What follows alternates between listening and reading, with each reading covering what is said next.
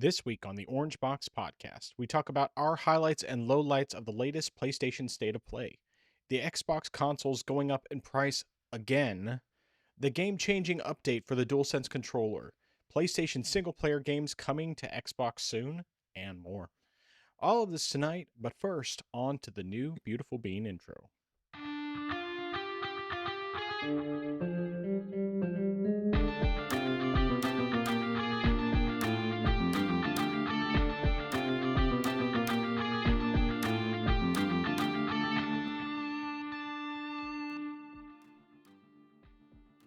Welcome to the place where PC and console gaming talk combine.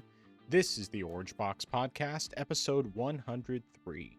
I am your host, the man who defeated Norse One Punch Man and allied with Norse Crazy Cat Lady for the greater good, Nathan, also known as the Frozen Gamer 87. And joining me, as always, the man who whooped Clea back to the fiery chasm from whence she came, Justin, better known as I'm Zaracon. How you doing today? How's your week been? Not too bad, not too bad. Saturday was really busy for me because I started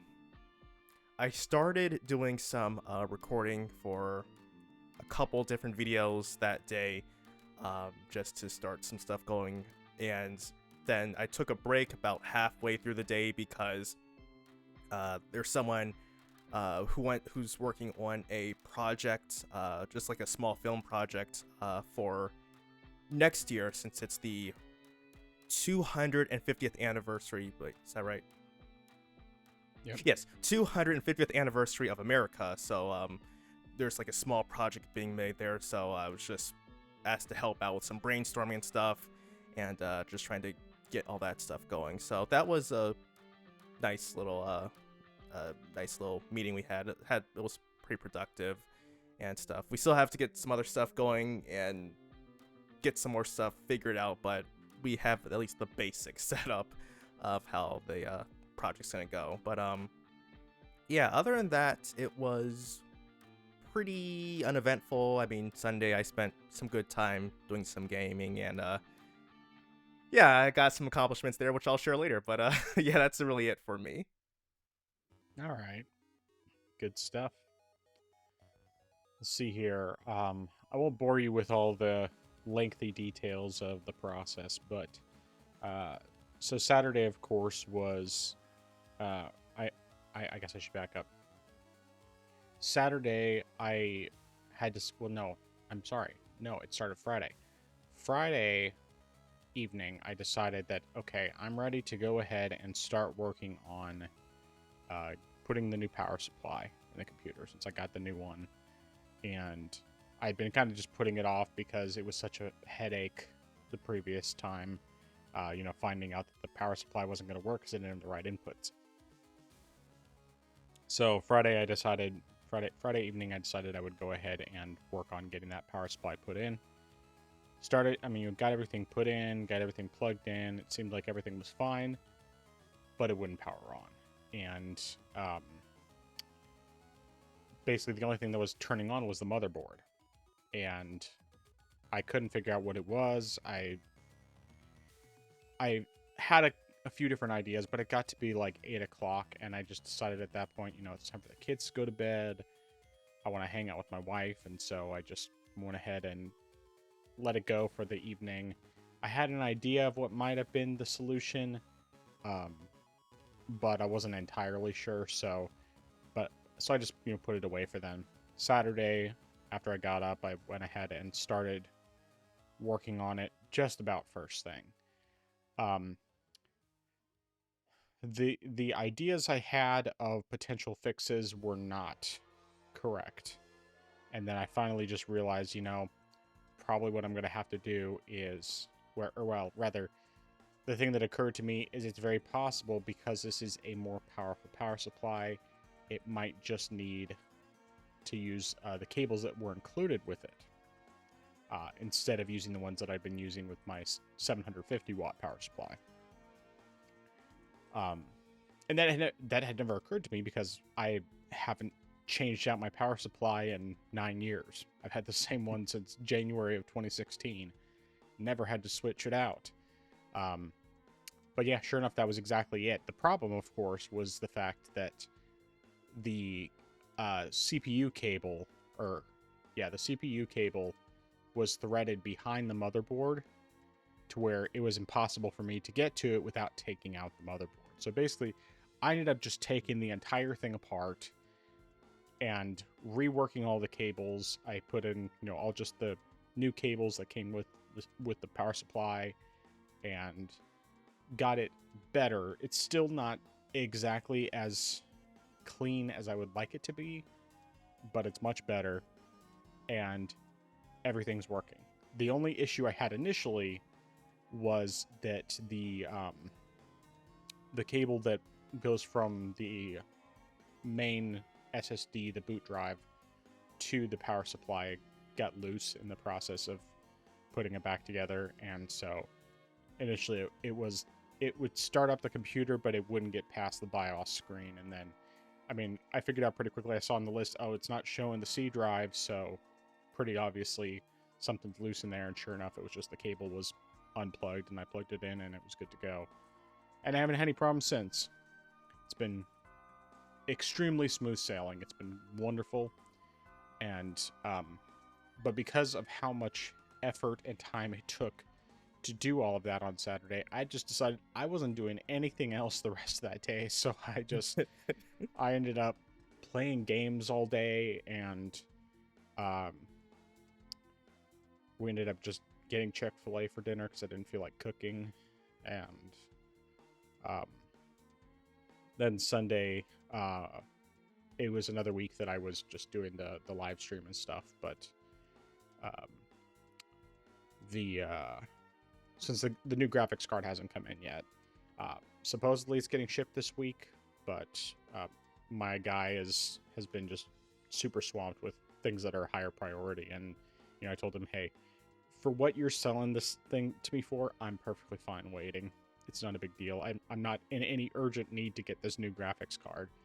But because of that, I couldn't put the one that's currently in the living room PC into the church PC. So we just use my laptop again. And although it's possible the new graphics card will get here before then, just in case, I've already planned on just using my laptop again for that. And then, assuming I have to use that, then it's already set to go. I actually even got the slides already done today, which I never get them done this early in the week, but I happen to actually have some extra time.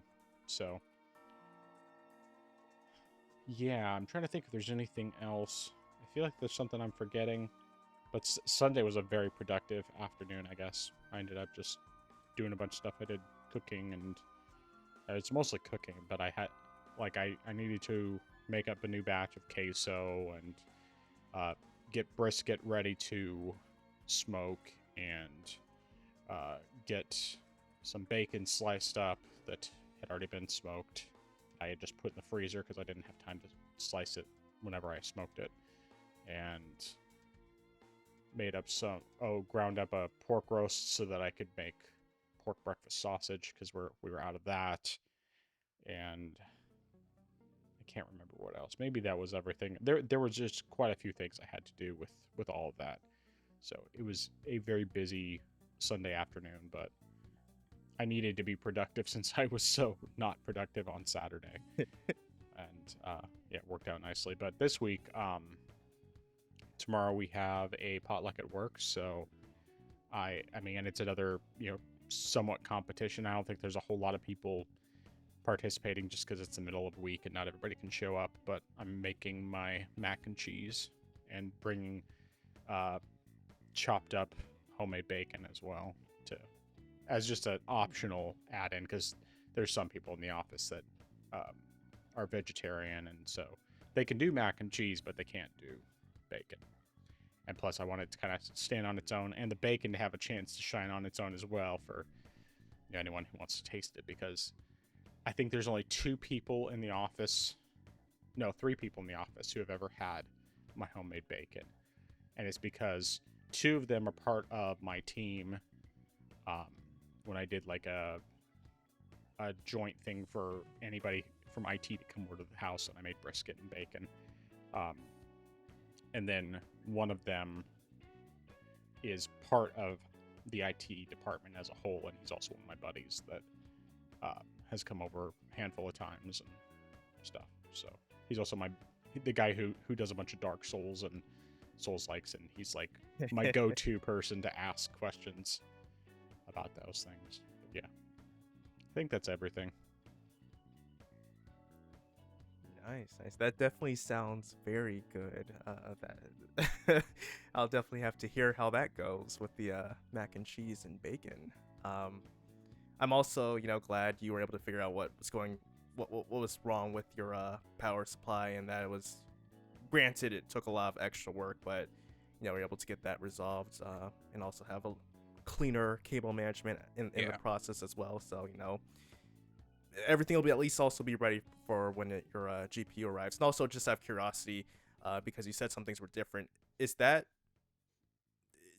like power supply come with I think it's called like a 12 pin or 12 volt cable for like it the does GPU, have a is that 12 like, pin but of course that doesn't work with my 2080 Ti because I didn't use that, but I'm sure the 7090 will probably use that, or not 7090, 7900 XTX.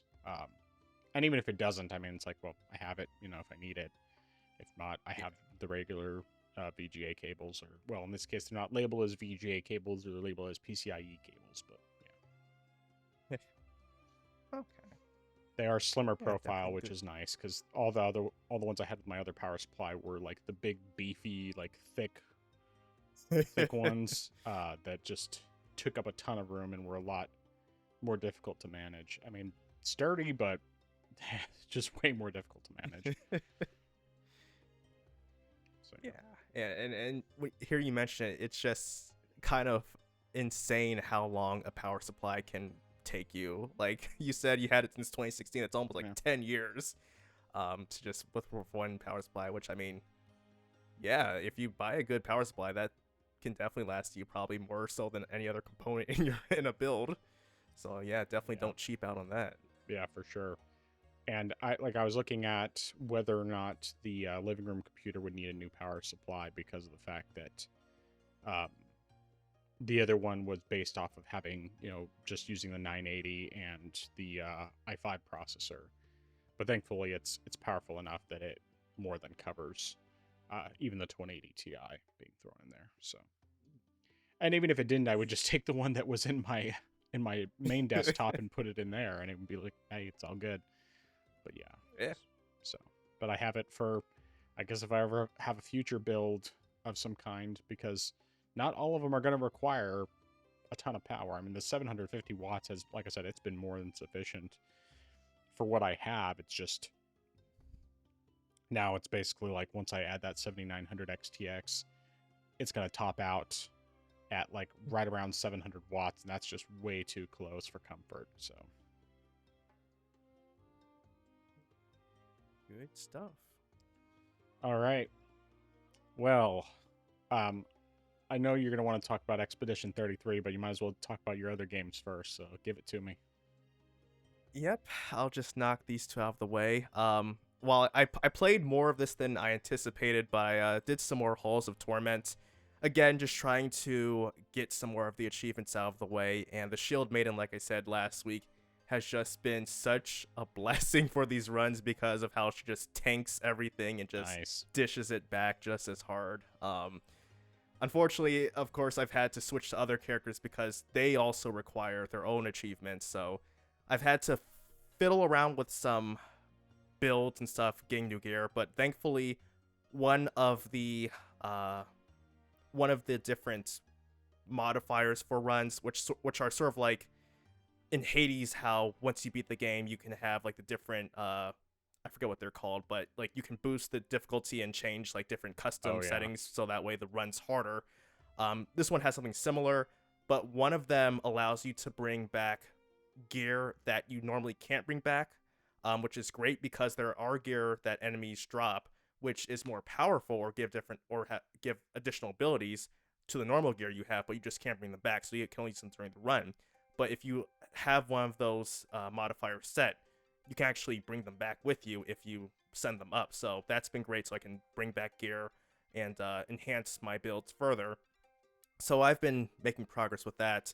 There are a couple achievements so far that I've been going through that have just been difficult because either it requires me to get everything done within the time period, or it's just the fact that it's just really difficult with a particular character that I'm not used to or accustomed to using, that I end up dying before I can complete my run. So that's that, but I'm still gonna grind away at it here and there. But then I went back and played some Batman Arkham Asylum for a bit, partially because last week was Batman Day. I think it was Saturday in particular. Didn't play it Saturday, but I went back to play it, and also because I knew I wanted to go back and finish the game anyway. I didn't get too far into here. I pretty much just completed the one area I was in, and then went back and went through the second Scarecrow hallucination. And unfortunately, right before I was getting near the end of it, the game crashed. Oh no. And then I just said, you know what? I guess that's fine. That's enough for today, I guess. But it was good. But I did forget several times of the fact that because I'm on hard difficulty, I don't have the counter symbol flash up. So I've had to deal with that. And again, also trying to adjust to the fact that some of the controls for the quick gadgets are different in this game compared with later ones like City onward. So having to adjust with that is a bit of an adjustment. But yeah, that's been fun as always. But yeah, Expedition 33 here. So I went back and I said, okay, I'm trying to decide what I want to do.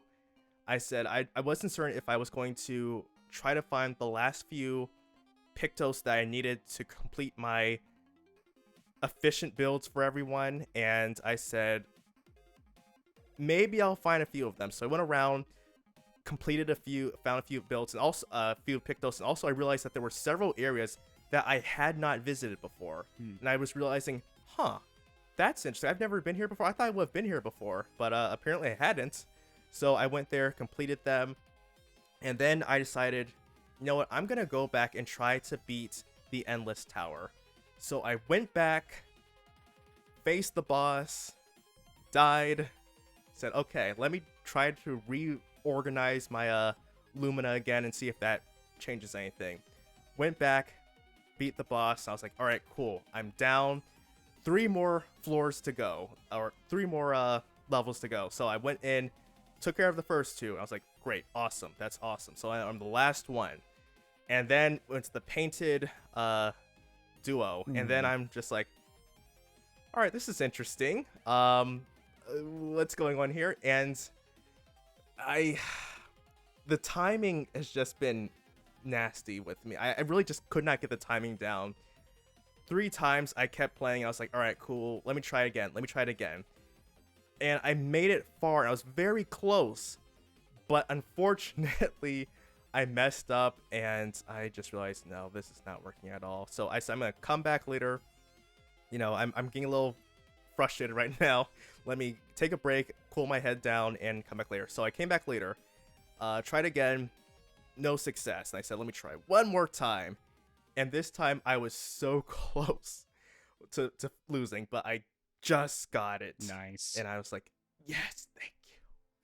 So I finally beat the Endless Tower. And after the dialogue, completing the Endless Tower, I realized that, you know, maybe I was wrong yet again, because when I first played Expedition 33, with the presumably, well, I mean, it's really complicated when you look at the plot as a whole from like Act 1 to Act 3, but the main, or I guess one of the main antagonists you face, I thought, oh, I really despise this person. It's like, oh, I hate your guts. But then by the time you reach Act 2, I'm just realizing, you know, maybe I've been a bit too harsh on you. Maybe I've been misjudging you. So I said, all right, that's cool. I understand why your motivations are what they are. But then when Act 3 came, I was just like, oh, I hate this person so much. You are so mean. And then after the dialogue at the end of Endless Tower, I thought, maybe Maybe I've been a bit too harsh on you too. I'm not saying I completely absolve you of how you've treated this character, but I at least can understand where you're coming from. But then I went to the Flying Manor, and I was a bit concerned because I was like, all right, this is where one of the super bosses are, and I'm ready to face. And I didn't realize the fact that I would have to go and face 4 bosses before I face Clea, and until then I realized, is this gonna be difficult? But by this point, I've pretty much been at a high enough level, and also I have enough skills where it wasn't that much of it wasn't a big deal. Like I was able to pretty much clear all of those bosses without losing once or having my first expedition team wiped out. So that was good. But then when I faced Clea, and at first I was thinking to myself, okay, this shouldn't be too bad. But then after my first turn, or technically her first turn since she went first, I missed and I saw a healing, and I was like, I didn't realize that I healed at first. And then second turn came around, and I realized, wait, that was her healing. Wait, how much did she heal herself for? 500, what? And then I'm just thinking to myself, oh no, this is not going to go well no, at no, all. no, no, no. And then I'm just like, oh, try and get this timing down for some of these attacks as well.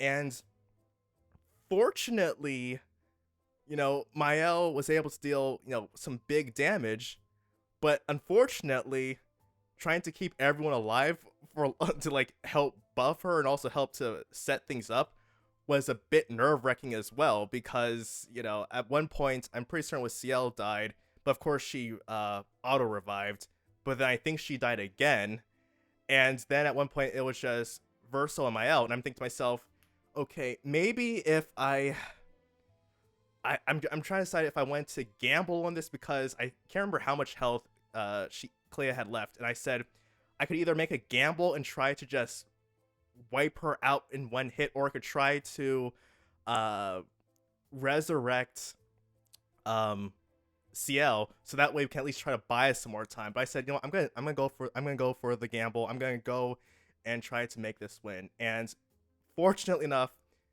Mael just wiped the remaining HP she had left, and I was like, "Oh, my first try, awesome!"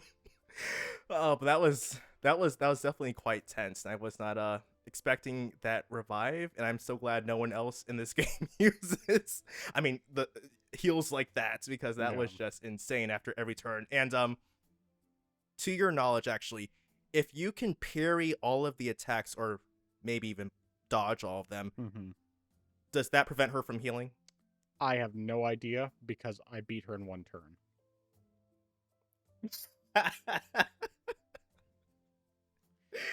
The footage is nice. in whichever episode I did that on, but I can send you the clip. I still have it. Yeah, it was one turn. I mean, I don't even remember it. I mean, obviously it was with Stendhal, or whatever the name of that attack is that Mael uses, but yeah, it was one turn. Nice. And so now at this point, I went back just to see what I had for as far as achievements go. It's pretty much just beating Simon, collecting the last few things, leveling up to 99, and beating the game. So I'm pretty certain at this point, by next week, I should definitely have the game finished completely, because I'm going to try to go ahead, at least level up my L to 99, so that way I can get that achievement. But then by that point, if I decide if I went to... I'm trying to decide if I went to either... I'm trying to decide if I went to go ahead and use the one-shot build to beat Simon for the achievement, and then come back, since there was an update for the game that allows you to replay boss fights, including Simon. So I might decide to one-shot him for the achievement and come back later to fight him fairly, or just go ahead and try to just muscle my way through as best I can, and then just for the satisfaction fight him again just to one-shot him. But I'll try to decide to do that. But either way, I should definitely be able to do that and then beat the game, and then be done with it completely, or at least completely as far as with this with this run. But yeah, it's definitely been enjoyable, and yeah. Now, one thing that you never talked about, did you ever do the third, gosh, what are those things called? Because you had to take down the two big monster things in order to go to break into the Paintress. And there's a third one. Did you ever do the third one? That's the one at the Reacher, correct? I think so. Or am I thinking of someone else? I think so. Because I... Okay. Where you fight Then, Alicia? Yes. Okay. Yes. Okay. Yeah. All right. Just making sure, because that was a good fight. Of course, it's kind of funny that she's weak to fire. I mean, it's funny in a sad way. Funny in a sad way, but yeah. Yeah. Yeah. All right. And it's something. Well, I'll mention this. I'll remind me to talk to you about this after the podcast. But it's just something I thought about that's interesting as far as with some of the bosses. But I think this one's just like too much of a spoiler that I just don't want to discuss it right now. So I'll remind me later on, and I'll bring it up with you. All right. So talking about the stuff I've been playing, there's two major games that I played. Where I spent most of my time, but I will talk about the ones that are smaller first. First of all, I'm going to talk about the ones that I don't have footage for, either because I forgot to record it or I just failed to record it for one reason or another. In one case, I have footage recorded, I just didn't transfer it over because it wasn't really relevant. I didn't play that much. So,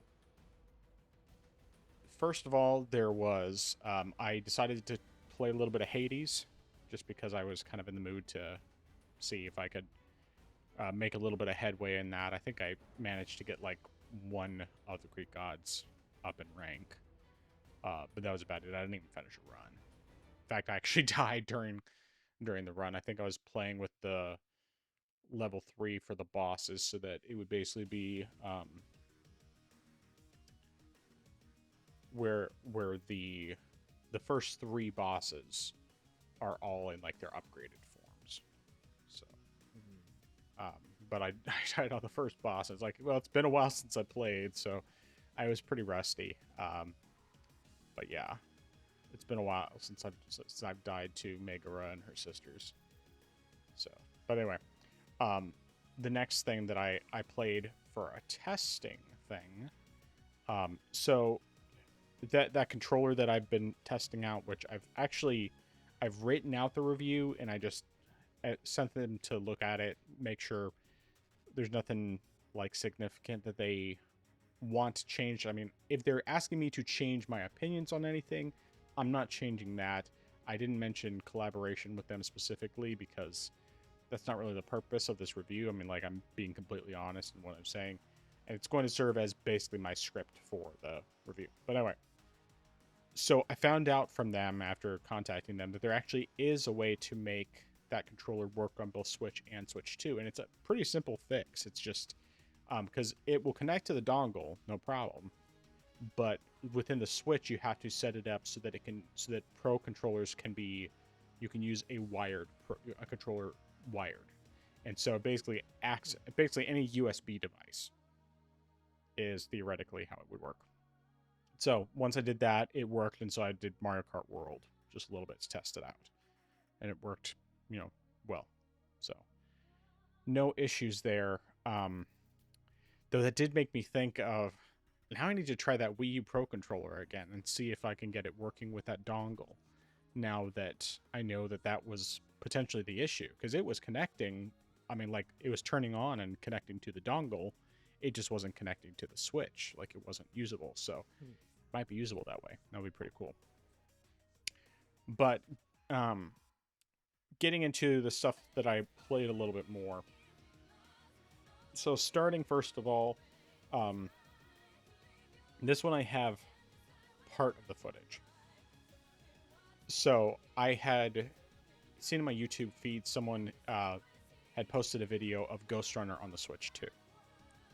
And, basically just the video said, oh, it looks and runs great. And so I watched the video, and I'm like, this looks and runs exactly the same as it did before, from what I can tell. But since I have the game on Switch, I have the physical version and the digital version. I just went ahead, I popped in the physical version, downloaded the updates for it, tested it out, and sure enough, it still looks like garbage. It still runs like garbage. But I just, I wanted to check and see, and it's like, nope, it still looks and runs terrible. I don't know how I managed to get all the way through this game before, but I did. And initially I wasn't recording any footage for it, but I later went back and tried to record some footage. And because of the way the recording works directly from the system, where it just lets you record like the last 30 seconds by holding down the capture or the record button, I finished out a little run, one of the early level areas with a handful of enemies, and then hit the record button and said, recording not supported for the software. It's like, really? So I didn't actually get that recorded. I might actually still have the footage somewhere from back when I reviewed the Switch version on my channel years and years ago. So, but I'm not going to add it to this video. I'm not going to worry about it. But it got me wanting to boot it up on the Steam Deck, so I ended up booting it up there. And of course, I don't know what's going on with OBS. Despite the fact that it's looking really choppy at the moment in OBS, I'll probably just add the real version later on. Now it's catching up. Now it's starting to look better. But anyway, runs at 60 frames per second without much issues. Obviously looks a lot better. And so yeah, it's just very early. I mean, both versions of the game, I'm in essentially New Game Plus.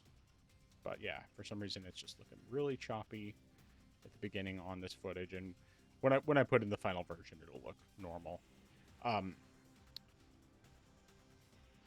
Which reminds me, something that I figured out. This is just kind of random, but like I had noticed previously that the footage for like for Doom Eternal and I think Horizon Forbidden West, when I had included it in the final video, it looked really nowhere near as good as it did in the like real video. And so I was trying to figure out what was going on, and I realized the reason why I was looking so bad was because of the recording from OBS. And so I ended up at least last week, I ended up adding the original video on top of the podcast so that it would actually be the full quality like it was supposed to be. And I'll be doing that anytime OBS screws it up going forward. But I did at least change the settings so that hopefully it will look the way it's supposed to going forward, and then I don't have to do that extra step. But anyway, so yeah, I didn't play a lot of Ghost Runner. I'm extremely rusty at the game, and it controls way better with mouse and keyboard than it does with controller, even though it works well enough with a controller. So yeah, just a little bit of that. But I was hoping to do a comparison of the same section between the Switch and the Steam Deck, so that you can see side by side like how drastic the difference is in terms of visual quality. It's a shame though, because if they actually were to update the Switch version, I actually would consider playing it on Switch 2. Again, go all the way through the game, because I still had a good time with it. It's just, it definitely did not run well, and especially in like a certain section or two of the game where it just ran like absolute garbage. And it was so bad that I have no idea. I mean, like, it took me quite a while to get through that section, and then after that it was back to normal, the normal 30 frames. But yeah, anyway,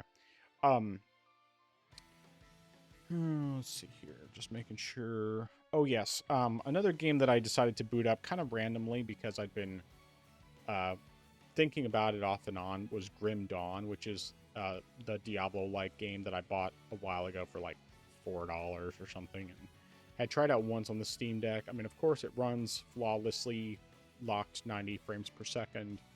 I can't remember the exact like visual settings. I didn't really have to do much of anything with the visual settings to get it to run that well, but runs really well. The only problem with it, at least with playing a bit more this time, is that I realized because I don't think it was built so much for controllers, and so I must not have mapped every bit of controls to the buttons. And so, like, some functions I could do no problem, and then other functions it wasn't working so well. So I'll have to, if I decide I want to play it anymore in the future, I'll have to look and see if there's any, like, community control profiles for the Steam Deck to get it uh, a little better in terms of being able to use different attacks and that sort of thing instead of just being able to use the basic attack, which is not super useful. But yeah, still a pretty cool game. I think the main thing that was making me think about it was just some of the stuff that's been going on with Blizzard lately, and wondering if maybe this would be a good idea to play this instead of playing more Diablo 4. But I think at this point I pretty much decided that well, for one, I'm not planning on buying any more stuff for Diablo 4. Not that I had much plan to do it anyway, considering the fact that we bought the game 2 years ago and still haven't beaten it. But my wife and I will finish out, the story for Diablo 4 together, and then beyond that, we're not buying any further content for the game. So, if anything, we would be like, okay, well, maybe I'll create a new character or something, but with all the money we spent on the game, might as well just get our money's worth, I guess. Then I did end up playing a little bit of Persona 3 Reload, just more of episode I guess. I think I played like maybe 30-40 minutes. It was just kind of the other game I had been playing a lot. I just wanted a little bit of a break, and I thought it would be a good one to just mess around with some. So didn't play a ton. Of course, the main reason why I didn't play a ton was because of a game that came out on Tuesday that I really wanted to play. Or not Tuesday, yesterday, Monday. So because of that, I ended up putting down Persona and then have been playing that other game pretty much only since then. But going back to the game that I played the most over the past week is Assassin's Creed Valhalla. And I've been playing it both on PC and on Steam Deck. Saturday, because of the fact that I got my PC up and running with the new power supply, I played it mostly on PC. And I'm really enjoying it. There's a number of just quality of life improvements to this game over Assassin's Creed Odyssey that make it a lot more enjoyable to me. And one thing I didn't realize, I don't know why I didn't realize this. I guess maybe I just hadn't really paid close attention to it because I wasn't super interested at the time. But you only start the game in Norway, where it's like the snowy mountains and all that. You actually end up in England, basically right after the prologue. Norway is just the prologue, and then after that you go to England, and as far as I know, I think that's where the rest of the game takes place. But yeah, so it's been pretty fun. I mean, the game has its grindy aspects, of course, but for the most part, I've really been enjoying myself. It runs, surprisingly well on my desktop. I don't know that I necessarily would say it runs dramatically better than Assassin's Creed Odyssey, but it runs at least as well, maybe a little bit better, and I think it definitely looks better. And I like the gameplay a bit more. There's just, I don't know how to explain it. There's just a variety of different things that they do to improve the gameplay from my perspective. I have looked and seen like some of the reasons why people don't like it as much, and I definitely think that the things they've said are probably valid, at least, the bit that I've experienced. I'm sure that the longer I play, the more I'll start to feel like the fatigue a bit more. And I think probably I was starting to feel the fatigue a little bit on Sunday because I spent a bunch of time playing Saturday, and then after I got finished doing all the stuff I did on Sunday afternoon and evening, I ended up playing even more. So yeah, but like I said, overall I'm very much enjoying myself, and I plan to keep playing. If not for the fact that I have gotten a bit sidetracked. Actually, let me back up ever so slightly. So I referenced this in my my intro. There is you find a Norse guy called the Walloper. He's bald. He's wearing an orange tunic, and he says that he's cursed because he cannot find someone to beat because everyone goes down in a single wallop from him. And so he's so bored because he just can't find anyone who can beat him. It doesn't sound like anyone we've ever heard of. I've never even watched One Punch Man, and I had heard about it. And yeah, so I mean, he wasn't overly difficult to beat. It's just basically like you have to parry his punches in order to be able to hit him. And then he goes down without too much difficulty. But if you get hit, you're down. Not dead, but you lose. So yeah, I have the footage playing here for that, and I think it's pretty fun. One thing I do want to mention is that I ended up making some slight visual adjustments to it. I can't remember what exactly I did. It may have not been a whole lot, but I did. I was able to get it to run at just about a locked 45 frames per second. So that's been pretty nice. Instead of before I was doing 40, and this time I decided to bump it up to 45, and it's been maintaining it almost perfectly. So I've been pretty happy with that. It's been a good option. Still runs way better on my desktop, and once I upgrade my graphics card, it'll run even better. But otherwise, yeah, it's been good.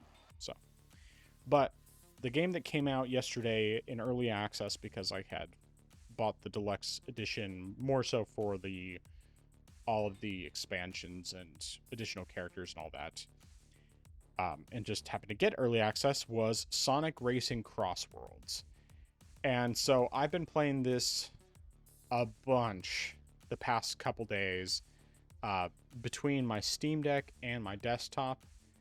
I've actually played a lot more on Steam Deck than I have on my desktop. This game is so well optimized. I am super impressed with it. On the Steam Deck, so the default settings that they do for the Steam Deck are garbage. They start you off, they have you at 50% render resolution, all low settings, and a 30 frames per second frame rate cap. It's just like, when I saw that, I couldn't believe myself. I just like, there's no way that the game will run this badly. If it does, it's a refund. Even though I bought it through Green Man Gaming, theoretically I could still refund it. I don't know, but so I just went ahead and went into the settings, did the default things I'll usually do to help games run better. Stuck to mostly low, had high character models, and turned off anti-aliasing, thinking, okay, that should be good. Ran 60 frames per second, great. I'm perfectly happy with that. But then I started seeing people saying, "Oh, you can run it even higher than that. You can actually use anti-aliasing." And so I put it on FXAA, which is like the lowest level anti-aliasing available.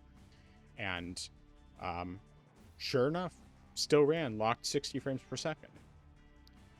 But then I saw some other things indicating that maybe I could even go higher than that. So I turned up the shadows up to high. And I guess I should also mention that before I did all that, I put it at 60 frames per second for the frame rate cap, since you can only do 30 or 60, and put the render resolution to 100%.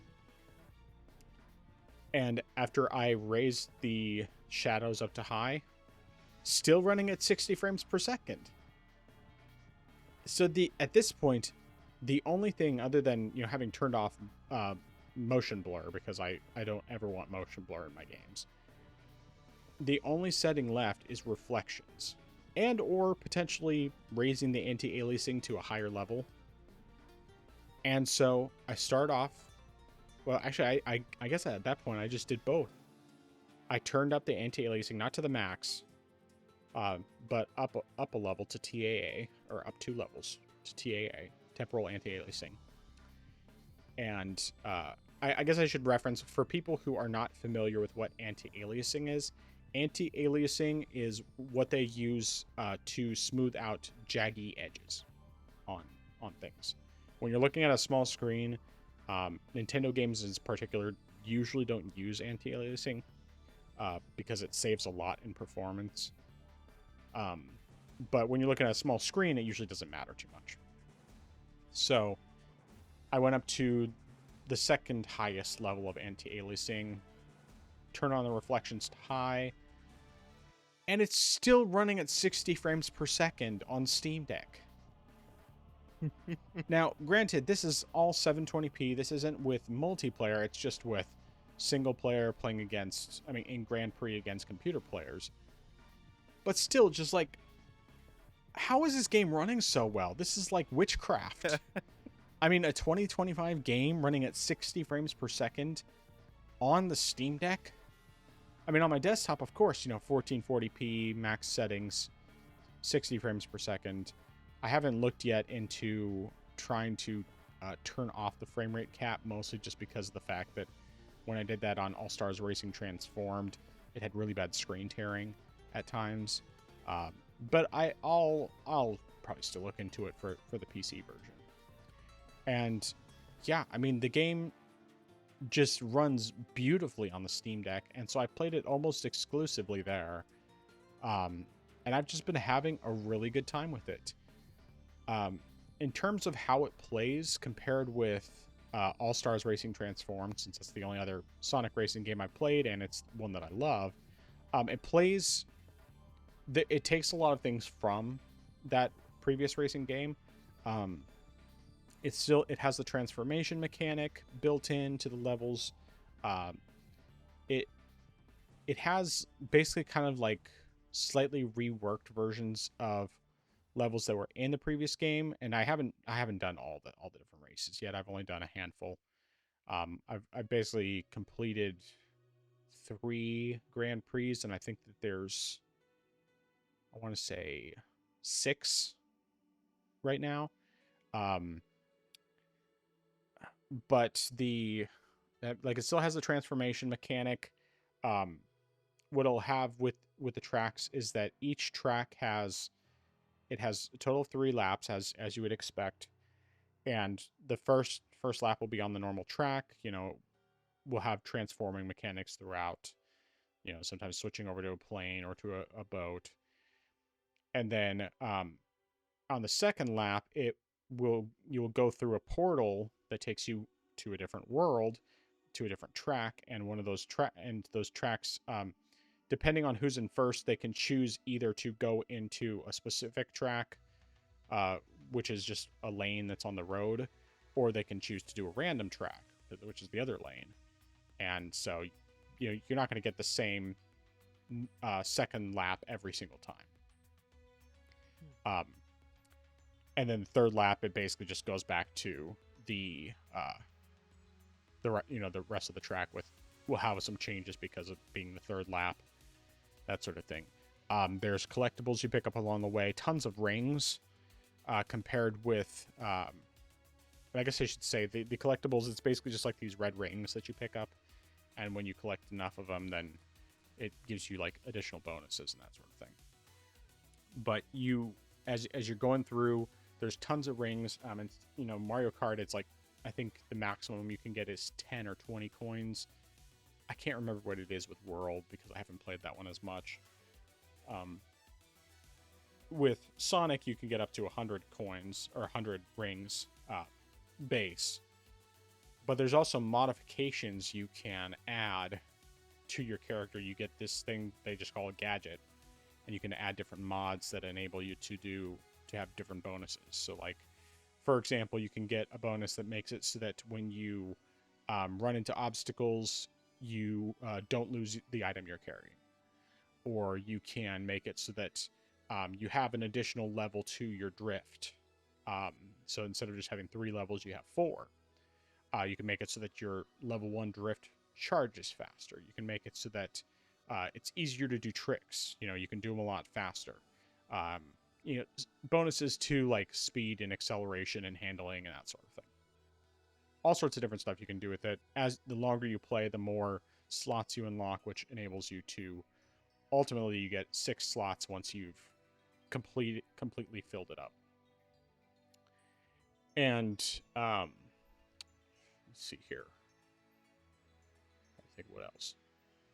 Probably my okay, I should say. And then with those Grand Prix, the fourth race in the Grand Prix is basically just a remix of all the previous races you did in the Grand Prix. So it's kind of like you'll do like one lap is one track, one's the next track, and then third is the final track. And I think probably my favorite thing about just a mechanic that they have in this that hasn't existed in any other racing game I've played, at least not these arcade racings, is that, well, I guess I should back up slightly. For doing different things in the race, whether it's accomplishing certain things, it's points that you earn for your ranking in the race, picking up those red rings, that sort of thing. You will get tickets at the end of every race, and you can redeem those for upgrades for vehicles, for different modifications. You can also use it for, this being my favorite thing, retrying that particular race that you just finished. So if you're trying to get first place on every race, and you get like 3 great races in a row, and then your 4th race is just utter garbage, you can retry that race and have another chance at doing it. And you can do that as long as you have the tickets to cover it, which is like 20 tickets for a retry. You can retry it as many times as you want to. And I mean, these tickets come very easily, so it's like, that's fantastic. It's super helpful. And then on top of that, there's also a mechanic where you can race against a rival, and you get additional tickets if you beat the rival and that sort of thing. So it's just like one more layer to it. There's a bunch of random like little achievements you can get that will, when you complete those, that gives you more tickets and that sort of thing. Now, I haven't played every mode. I basically just played Grand Prix and a little bit of time trials. And like I said, I still haven't completed all the Grand Prix. But of course, there's like, I think you start with 23 different racers, and then you get more as time goes on between unlocking more normally, and then if you have, like both Joker from Persona 5 and the guy from Like a Dragon, Infinite Wealth. I can't remember his name. Kiryu? Well, it's not. Or Majima? I'm not sure. I don't think it's Kiryu, because Kiryu is like the main character for most of the Like a Dragon games, right? Okay. Or Yakuza, really, one, technically. Yeah, the guy with the big fro. Okay. He's the other character, but I think those two are free. That will just be added later on, and then then there's a bunch of DLC characters that are tied to paid DLC, like the Minecraft characters with Steve and Alex and the Creeper, and then I'm not sure what other characters are coming, but this one doesn't have as many different characters as All Stars Racing Transformed had, where it had like a huge variety. This one's mostly Sonic characters from the Sonic series, but you do end up with some other ones, like by default, at least with the pre-order, you get like Hatsune Miku, and you get Were Sonic, and I can't remember if there was any other ones, but yeah, there's a good variety of different characters, lots of varieties of different kinds of vehicles you can pick, and I mean that's something that has existed in like Mario Kart as well in terms of the variety there. Um, so it probably, I wouldn't say that that's necessarily a unique thing to this game. Um, I do want to note a couple other things. One is that the power ups are different in this one than they were in All Stars Racing Transformed. I'm kind of mixed on that because, on the one hand, those power ups in All Stars Racing Transformed always felt really generic. Maybe I just wasn't familiar with them in terms of their original games. Um, these ones feel like they more fit with Sonic. Um, but I also kind of missed the ones from All Stars Racing Transformed because I just got so used to using them. Uh, so there's that. The only thing that I really would say is a downgrade in this game compared to All Stars Racing Transformed is that there's no career mode slash world tour. Because which means that there's not as many there's not as many alternate modes. Because like All Stars Racing Transformed has like ones where it's like a drift challenge and like a outrun the cops challenge and an elimination round, that sort of thing. Like there's a bunch of different modes that fit within the world tour, and I think you could do a lot of those separately as well. But I really liked that mechanic in All Stars Racing Transformed because it was so it just added some variety there. Um, so that's the one. That's the one and only thing I think so far. Um, at least when we're talking just about games, not about price or anything, that I wish was present in this game. Otherwise, this game is just really, really good. It's super fun. I I got so bored with Mario Kart World so quickly because it just felt like more of exactly the same thing. And yes, it does have some changes for sure. And like the open world, the free roam, I think is what it's called. I think that's cool, but it's also kind of bland. I don't know. I maybe if I spent more time in the free roam, I might feel differently about it. Part of the problem is I'm not sure if the free roam, if like all the different like mini quests you can do, if they're just randomly generated, which I think is what they are, or if there's actually like specific ones, very specific ones that you can complete, and then maybe just a handful that are randomly generated. I think that they're basically all randomly generated, which I'm not a fan of. But I don't know. I just think the racing itself feels more satisfying in this than it does in Mario Kart World. Most partially because it's really fast, and like I'm playing at the equivalent of 150cc, and I haven't felt like it's overwhelming. Uh, it's just been a lot of fun. Like I've really been enjoying myself a great deal, and I plan to just play a lot of this game. Now, I will say if I get to a point that I get bored with the content and that I just or that I feel like I've done everything that I want to do and there's just not really anything to keep me playing all that much, I'd probably just go back to All Stars Racing Transformed because that one is very good and I've never done all the content in that, and um, because of how much variety there is, I still really enjoy it. Um, I guess the other thing I would probably say that I'm not as big a fan of, at least not right now, is the drifting in this one. I don't like quite as much as in the previous game. I felt like in the previous game it was a little more consistent, I guess, and it wasn't quite as necessary. And even though I like drifting, um, I just transitioning from drifting one way to drifting another in the previous game, and even in Mario Kart, I've found to feel more natural, a little bit easier than it is in this game. And um, I don't know. I'm sure the more I play, I'll probably enjoy the game even more, especially because of the fact that I haven't experienced the majority of the tracks yet. And one of the things that I loved the most about All Stars Racing Transformed was the tracks. There's such a great variety and so many really, really good tracks. And this one, so far, I've been enjoying the tracks a lot. I just haven't done a lot of them. I mean, I've done a total of 9 tracks because of the fact that I've done 3 cups and each one has 3 proper tracks and then one that's a remix.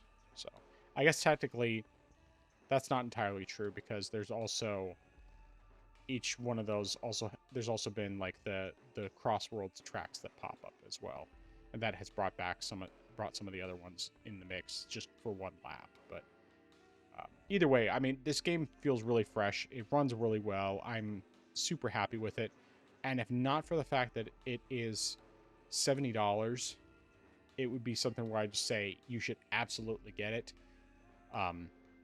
At this point, I would say, unless you just really, really want a fun racing game to play right now, and you've already played All Stars Racing Transformed to death, that's probably the only way that I would say this game is a good idea to buy at that price. Now, yes, of course, Green Man Gaming or Fanatical or whatever, you can get discounts on the game, and then you're not paying full price. And that's definitely worth it from that standpoint, but it's still a bit pricey. But it's also cheaper than Mario Kart, and I think it's better than Mario Kart World. So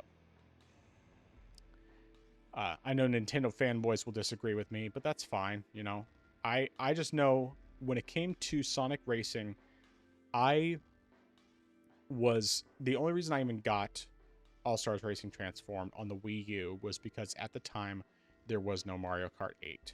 Mario Kart 8 did not yet exist, and I really wanted a kart racing game on the Wii U, and I loved it so much that I ended up playing it a ton. I ended up enjoying it a great deal, and even though Mario Kart 8 was fantastic, I still think All Stars Racing Transformed is a better game.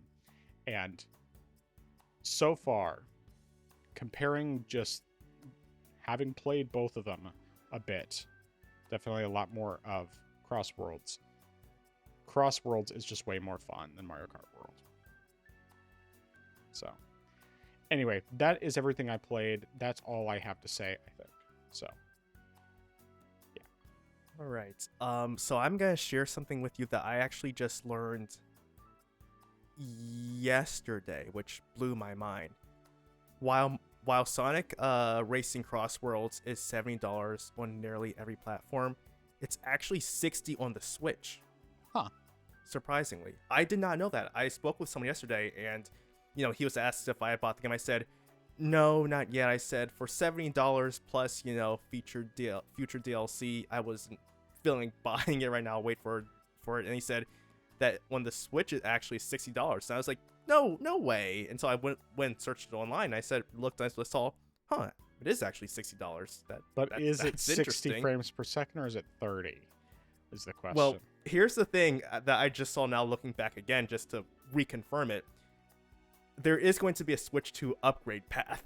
So you might be getting something that isn't necessarily the same quality as the other games. But then once you pay for the upgrade path, then you'll probably get, that performance boost. Yeah.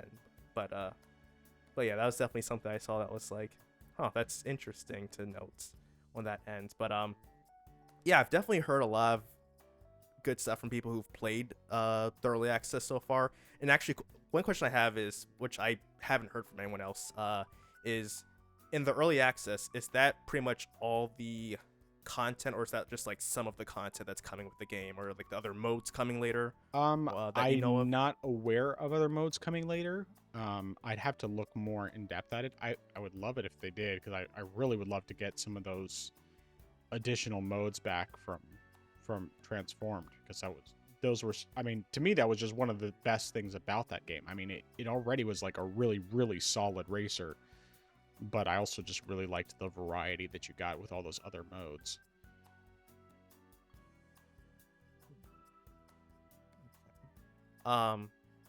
And then the other question for this I had was, well, it wasn't really a question, but just something that I thought was really interesting, was you mentioning how in each lap they sort of how the levels sort of like change in between laps, which I thought is very unique and very cool. Like especially when you go through that portal and you're a different area, and then for the final lap you're back, but things are different. So I think that's a pretty good way to shake things up from the traditional standard. Just like, all right, cool, go around in the same circle 3 times. So that it's definitely providing a pretty unique bit of variety on that end. So that's definitely interesting. And I do want to get to this game eventually, but I'm just gonna wait for it to be a little cheaper right now. And I did get All Stars Racing, so I can always just go and boot that up. But I'm also just very glad to hear about the performance for this thing on the Switch. I mean, not Steam Deck. Yeah. I mean, considering the fact how, sure, it's not in the same type of demanding category, but considering how the past few weeks we've talked about games that have been horribly unoptimized, and just like, wow, someone did their homework and decided to optimize a game. And what? Who decides that?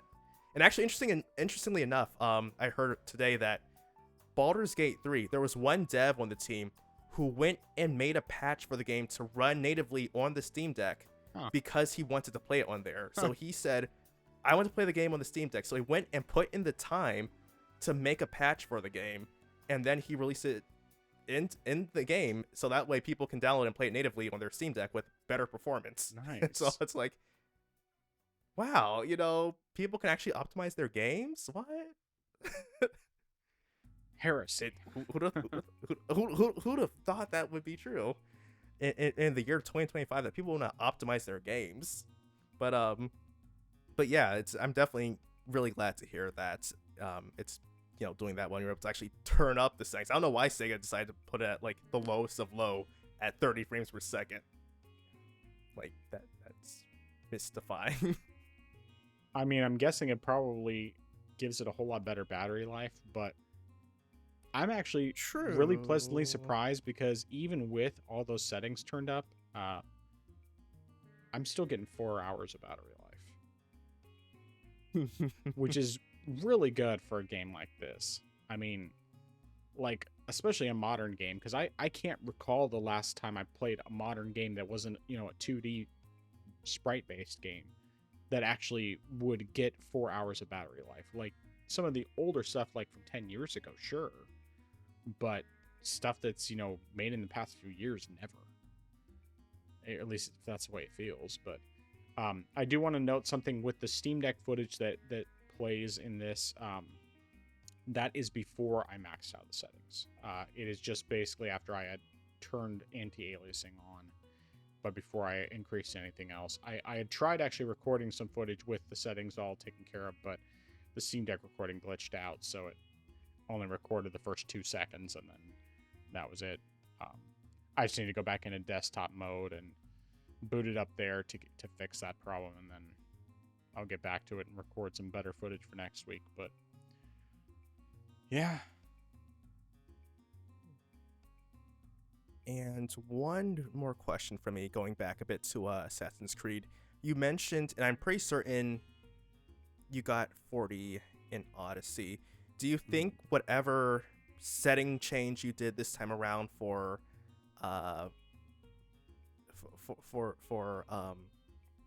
Valhalla, do you think whatever you did here could possibly give you that small boost in Odyssey if you were to play it on the Steam? Not that I'm saying you will, but do you think that's something that could have boosted the frame rate from 40 to 45 for I already had Odyssey it set at 45 for Odyssey. Oh, okay. Yeah. Well, never mind then. I think this one might run a little bit better than Odyssey, but I think that's probably more just a matter of being better optimized in terms of its PC version compared with Odyssey. Gotcha. All right, sounds good. All right, good stuff. All right, so we had the PlayStation State of Play today, and some interesting stuff came up, but like we usually do whenever these types of events come up, we'll just go back and forth and talk about the things that stood out to us. So why don't you start us off?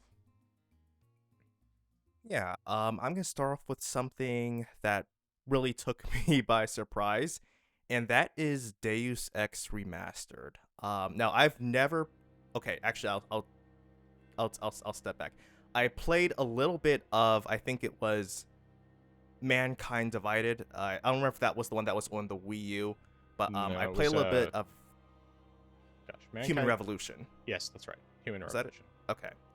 Yeah, I played a little bit of that one, but I never played any of the other Deus Ex games. And I mean, I do have the original one in my Steam library and my GOG library, but I've never touched them. But I've heard that the game is phenomenal. That's a great game, and the story is just incredible as well.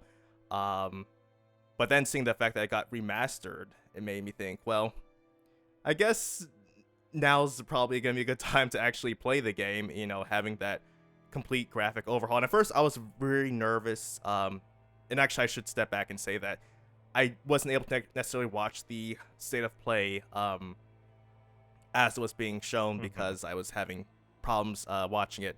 But I heard that it had been announced, and so when I heard about it, I thought, oh no, this is gonna be some poor remake. But then it's by Aspire, and they're gonna treat it the same way they treated the Tomb Raider games, and so I thought, okay, that's pretty good then. So it's gonna be very faithful. It's gonna just be essentially just a graphical overhaul, essentially, while keeping the core story, core gameplay mechanics the same. So I think that's great. That's phenomenal. It's going to be a very fresh coat of paint on this cult classic. So yeah, I'm definitely interested in it. It's coming out, I believe, in February. So Yep. I might decide to go ahead and give it a pre-order on Green Man Gaming, because I think it's gonna be pretty solid. But yeah, that's everything I have to say for that. All right. Yeah, that one definitely stood out to me for sure. I had forgotten about it until you mentioned it. Um, I I got the original on Steam. I don't know, probably like 2011 or something, and I had played, I think maybe 3-4 hours. I never got super far into it because I was playing through what I was trying to be like a ghost basically the whole way through. Complete stealth, and so it was slow going that way. I wouldn't mind. I've thought off and on throughout the years that it would be good for me to go back to it, and I'd probably have to just restart because it's been so long that I don't even remember what I was doing. But with the remaster, I'd definitely be willing to give that a shot. Um, I mean, for now, I'm just adding it to my wish list. I'll check and see what pricing looks like for Green Man Gaming, but at least like Steam, the current price listed is just 10% off, which is just a few dollars, and that's not bad. But I mean, why spend $27 on just a new coat of paint? It's not really necessarily worth it for me. But I'll at least keep my eyes out for a deal on it. And if I really want to play, I mean, I have the original, so it's fine. But yeah, um, one of the few games that really stuck out to me.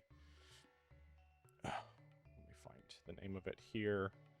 Is Chronoscript: The Endless End. The 2D side-scrolling platformer Metroidvania, of course, just like really cool art style, and I mean, it's a Metroidvania. I mean, come on.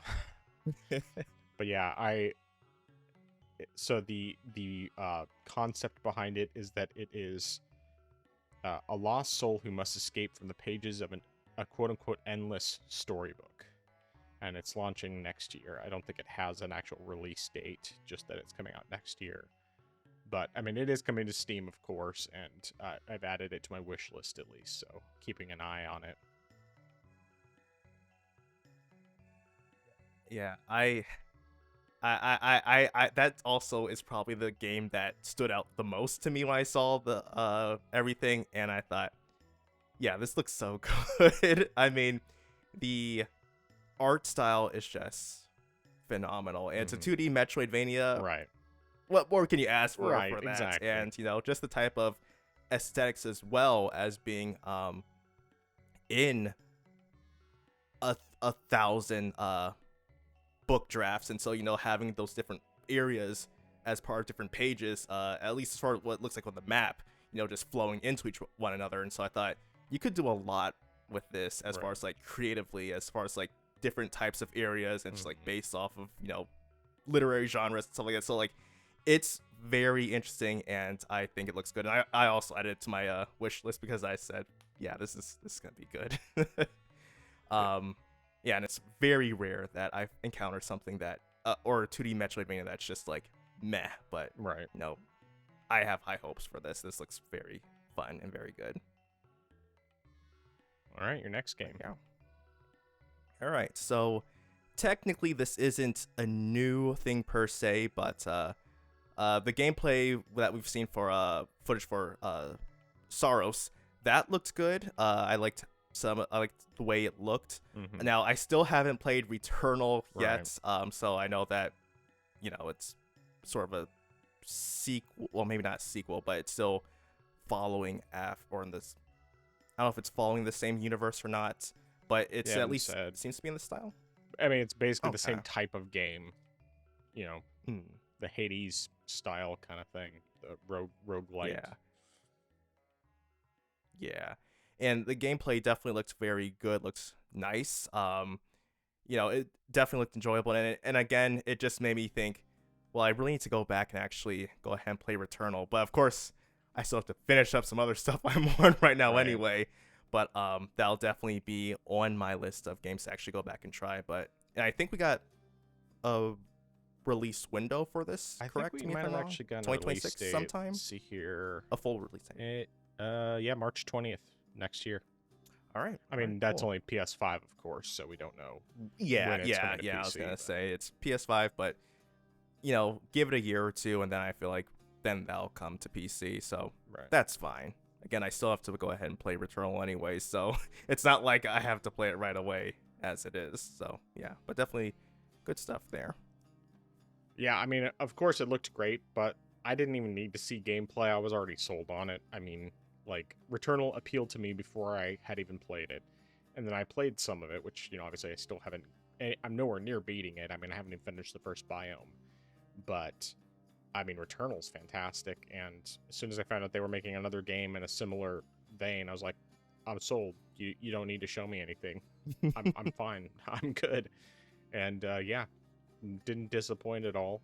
Obviously, this is exciting for people who have played Returnal and have been looking forward to seeing this. But like I said, for me, as soon as I found out that they were making Housemarque was making another game in the similar type of, a similar style in terms of the gameplay, I was already sold. So, but yeah, obviously, I mean, no idea when this is coming to PC, and like you, I haven't finished Returnal yet, so until I actually finish Returnal, it's going to be hard for me to be like excited about it, because what I played Returnal, I really, really enjoyed, but I still have the majority of the game to get through before I could even begin to be excited about this one. So, yeah. Next game that stood out to me, which I'm cautiously optimistic about because I think it has the potential to be really cool, is a game called Zero Parades for Dead Spies. Now, this one is from the same studio who made Disco Elysium, which I still haven't played, even though I do have it in my Steam library. I might even have it on GOG as well. I can't remember. But, of course, the second I saw this game, I'm like, this looks like the same people who made Disco Elysium. And I don't think they ever actually said that in the trailer, but I'm looking now at the description on the GameSpot summary of everything announced, and sure enough, exactly, it's from the Disco Elysium studio. So, but yeah, I mean, it looks cool. I still need to play Disco Elysium one of these days, but I think there's definite potential for it to be really good, and I'm sure that once I actually play Disco Elysium, then I'll probably be excited about this one. But until I actually play it, I'm just kind of like, it looks cool. So there's that. But yeah. Yeah, that game also seems appealing to me, and and similar to you, I haven't played Disco Elysium, so I don't know too much what to expect out of a game like this. But I've definitely heard a lot of good things about it. So maybe that'll be something that I try down the road. But my backlog right now is just large enough as it is that like I'll wait before I add to it. Yeah, indeed. All right, what's your next game or Now announcement? this one is. Oh, I was just saying game or announcement in general. okay.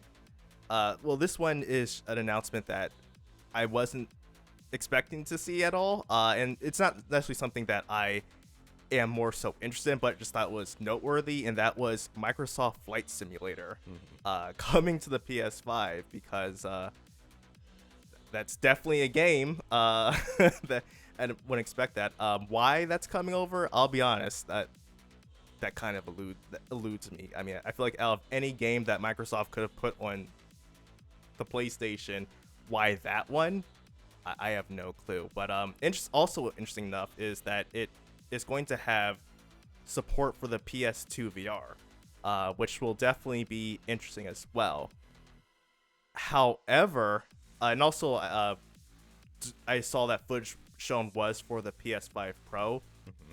That being said, and you can correct me if I'm wrong here, isn't the game really CPU intensive? Oh yeah. Or is then then I'm thinking to myself, well, it might be running on the PS5 Pro, but it's the same CPU that's in the base PS5, so you're gonna have that limitation there for you. So I don't know how it's gonna perform, Mm-hmm. but it'll be interesting to see it at the least bits. But yeah, I just thought this was interesting that Microsoft will put this game over on there, and yeah, so and also that it has PS2 VR support as well, which is I don't think is available, or VR's in the base game anyway. I think on PC, so Yeah, I'm not sure. would be a first, I think. But yeah, that's all I've got for that. Yeah, I think the easiest way to tell like what performance would be like would just be look and see how it runs on Xbox Series X, and figure that it'll probably run around that, maybe a tiny bit better. But I mean, the CPU is, as far as I know, it's basically identical between the PS5 and the Series X, and of course, PS5 and PS5 Pro have the same CPU. It's just slightly overclocked on the Pro. But yeah, I mean, it didn't surprise me at all. I think I had heard that this was probably going to be happening not long ago. I'm pretty sure Nate the Hate had talked about this, I don't know, many months ago. It might have even been before they really started more heavily releasing games on PlayStation. But I mean, I think it's great that it's coming. As far as I know, the Flight Simulator games have always done well. That's why they've continued to make them for the past like 25 years or whatever it's been, and they've been coming out for a really long time. So yeah, I mean, I think that's good. Let's see here.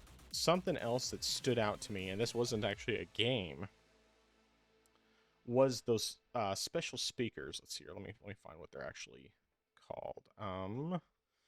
Oh yes, the Pulse Elevate wireless speakers, and they demonstrated a lot of the usage for them, noting most heavily on, I mean, really just across the board being used, that that they can be used on the PlayStation and on PC and on Apple devices, and with the PlayStation Portal and stuff like that. And it's supposed to be like really seamless to transition them, to pair them to multiple devices, which is great.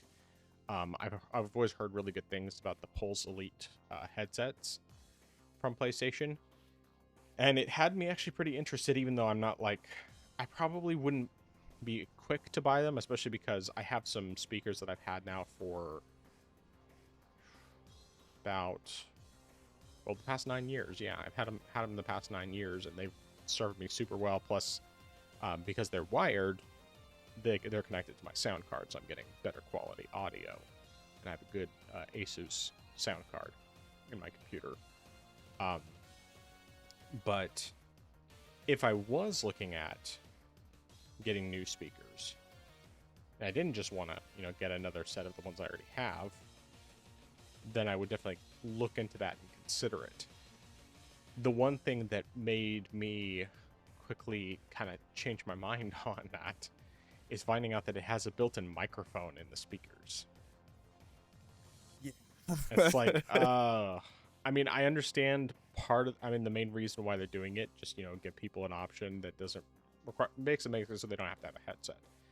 It's like, okay, that's nice, and, supposed to have noise cancellation and that sort of thing, and that's all well and good, but I don't really like the idea of buying something like that.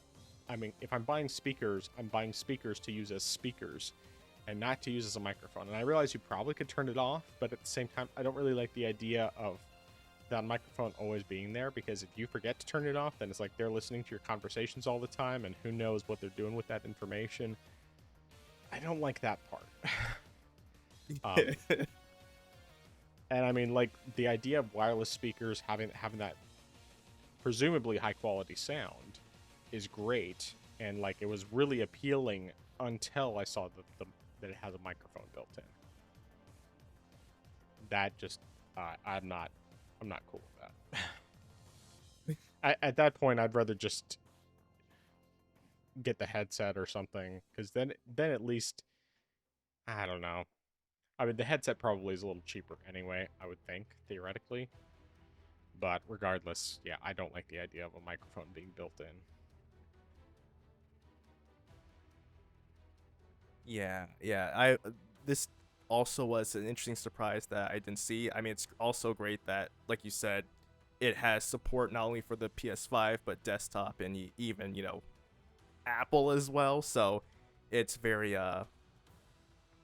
there's a lot of versatility there with how you can use this, which I think is great. And kind of again with Sony having that sort of pro-consumer stance that we mentioned with the controller, DualSense being able to use on multiple devices. Here's another device they have that can be used on multiple devices. But like you said, the built-in microphone is just a deal breaker right there. I mean, I personally feel like it being wireless was enough of a, or it was a borderline deal breaker, but having the built-in microphone was just a solid no deal breaker. So yeah, I'm definitely right in the boat with you in that regard as well. But yeah, I don't necessarily mind the wireless aspect, because like my earbuds are Bluetooth. That's all I've been using for years now, and they're great. I mean, the ones I have are the Samsung ones, which are made by AKG, which is the same company that makes the headphones that you and I both have. So it's like, I don't really mind the wireless part, even though I still would prefer having wired, because I have that sound card, and so I'd probably get better quality audio if I was connecting directly. And it's possible that they still have wired outputs as an option. You don't have to do it wireless, but yeah. Anyway, moving on.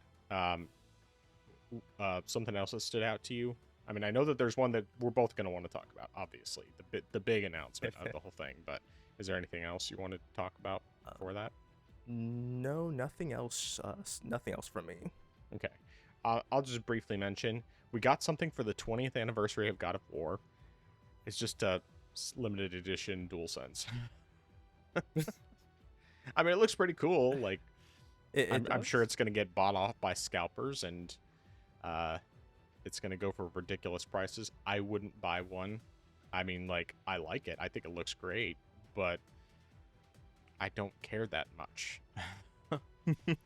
It's like, I liked God of War 2018 and God of War Ragnarok, and the little bit that I played of the first God of War, but I'm not so into it to where I want to have these custom DualSenses. I mean, even with like Nintendo, with some of the custom ones they had for the Switch, for games like Xenoblade and Smash Brothers, it's like, yeah, I liked the controller and I liked the games that they were doing custom controllers for, but I wasn't about to spend that money for a controller I didn't need.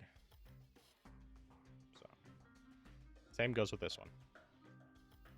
I'm hoping they still do something, but I have a feeling that this is it because, I mean, we're already in nearly the end of September, and if this is the only thing they're announcing for the 20th anniversary, unless they just do like a separate state of play that's specifically focused on God of War's 20th anniversary, then yeah. Well, unless they do a God of War 2018 remake, like they did with The Last of Us, they'll do that. Well, they have to do a remaster first. You're right. They have to do a remaster first, and then after they do the remaster, then they will add.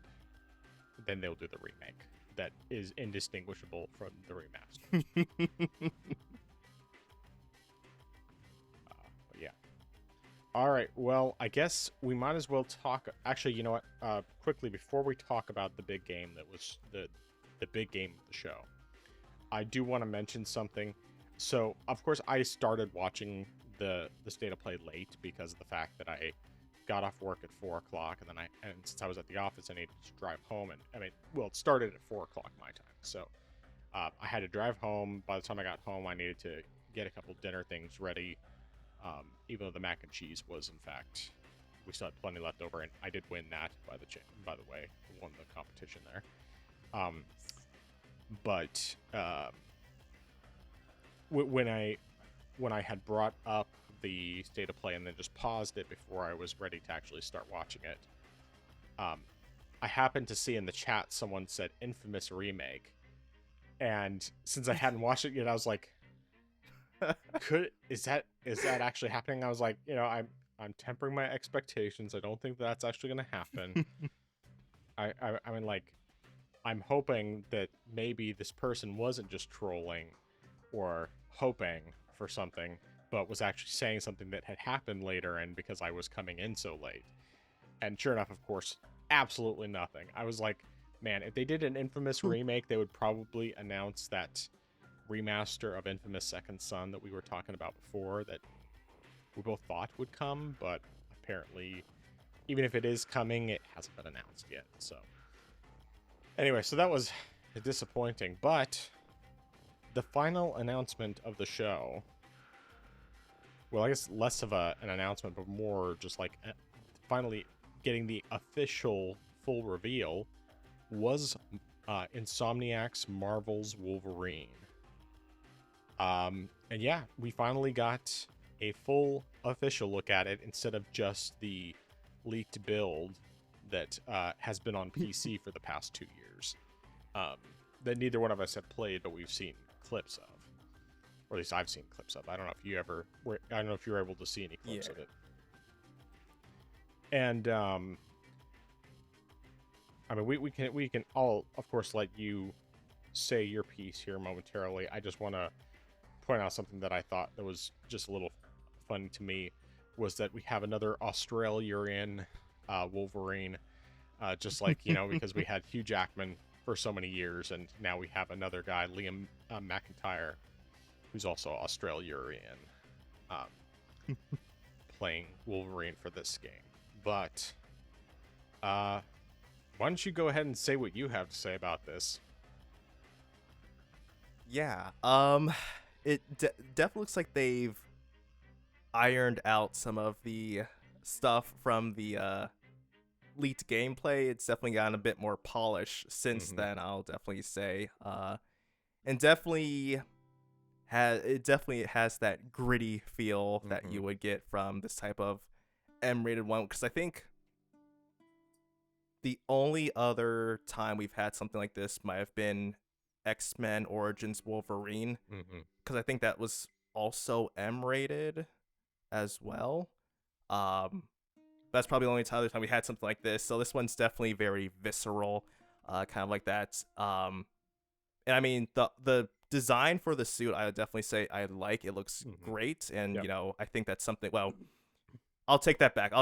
I did not like the way the standard Spider-Man suit looked in Spider-Man Remastered. But I really like the classic design they gave for that one, though. I just didn't like the sort of like design of some of this stuff in that Fair enough. basic costume. But at least they gave you a lot of variety of costumes. So that's why I stuck with like the Raimi one. But I also like the how they handled the classic one as well. But the Wolverine suit, I think, just looks great. I like the way they've done this, and it doesn't necessarily look kind of like the. Well, I mean, it kind of to me looks like a blend of the classic sort of like yellow and brown with the sort of like more popular X-Men suit he has. So I like that sort of like blending with the design, but also the design of the X-Men suit, but also his standalone colors from with his yellow and brown. So I like that design there. So I think that looks good. All in all, though, I'm still in the camp of I do not think I'll get this, because if the leaked story plots are, still the same as from what I've heard, it's definitely gonna be a big nope from me, and I'm just going to avoid this like the plague. But yeah, I mean, it looks good, but I'm just still gonna have to just pass on this. And of course, it's only coming on the PS5. It's not like I would be able to get it anyway. But I feel like eventually still it would come similar to Spider-Man 1, 2, unfortunately 2, and Miles Morales. But yeah, that's essentially everything I have. Okay. Yeah, I can't remember if I actually ever saw the leaked story, so you and I will have to talk about that after we finish recording. Because, well, I guess I'll just say, like, in terms of my impressions of this, um, I think visually it looks fantastic. Gameplay wise, it looks really good, and it looks really polished, which I would expect from Insomniac, because they're just really good at that. But because it's also the same Insomniac that gave us Spider-Man 2, I'm extremely skeptical. And based on what you're saying about the leaked story, I probably have good reason to be not buying it. So we'll have to talk about that, and we'll see whether it's something that would bother me to that degree. But just based on what they said, I mean, it's like, some of the stuff they were saying, okay, this sounds good. And it said, but, put our Insomniac spin on things or something to that effect. And that was a red flag to me.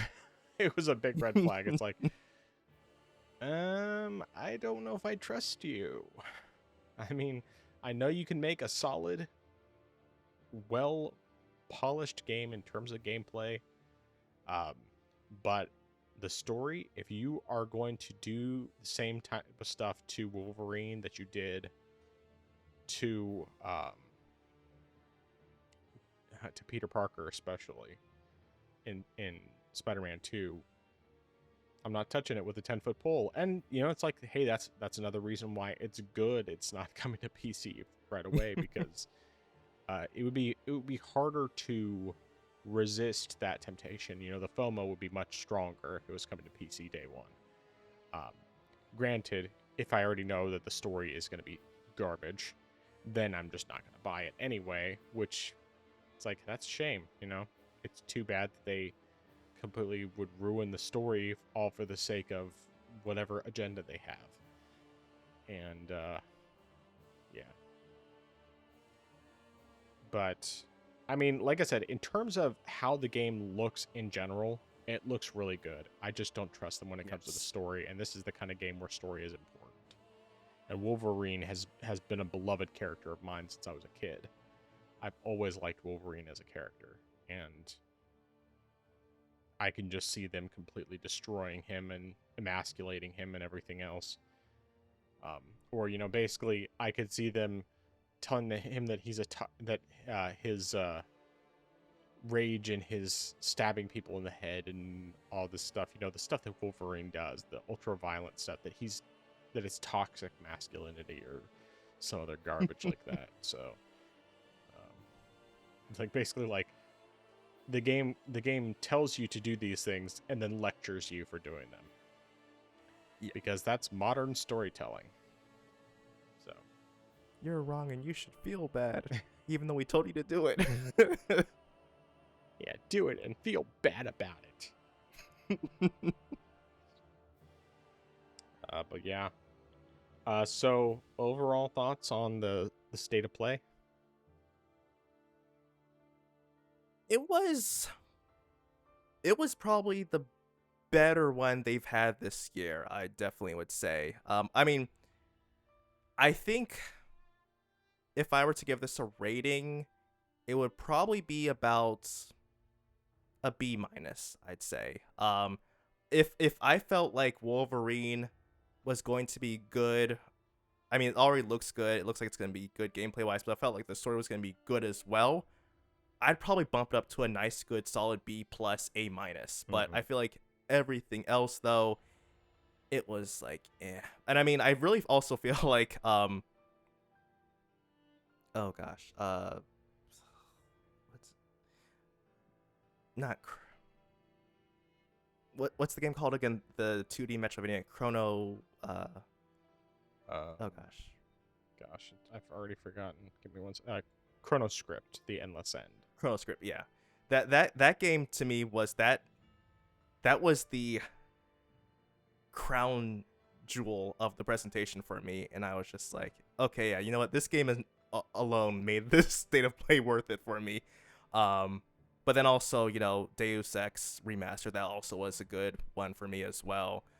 So I feel like those two are really what bumped it up for me. Otherwise, I would say all in all, it would have been probably more so like a C minus for me. But I think those games bumped up so well, and if it wasn't for the fact that Wolverine was like, it would have just been like an A minus B plus for me. So that's if I had to rate this state of play, it would be that. But I mean, I think it was definitely much better, and then we also got release dates for most of the games that have been announced before as well. So, you know, that's also good that we actually have concrete dates for stuff like Saros, Neo 3, and a few other games as well. So that was definitely, you know, good to see as well. So yeah, I think it was definitely pretty decent overall.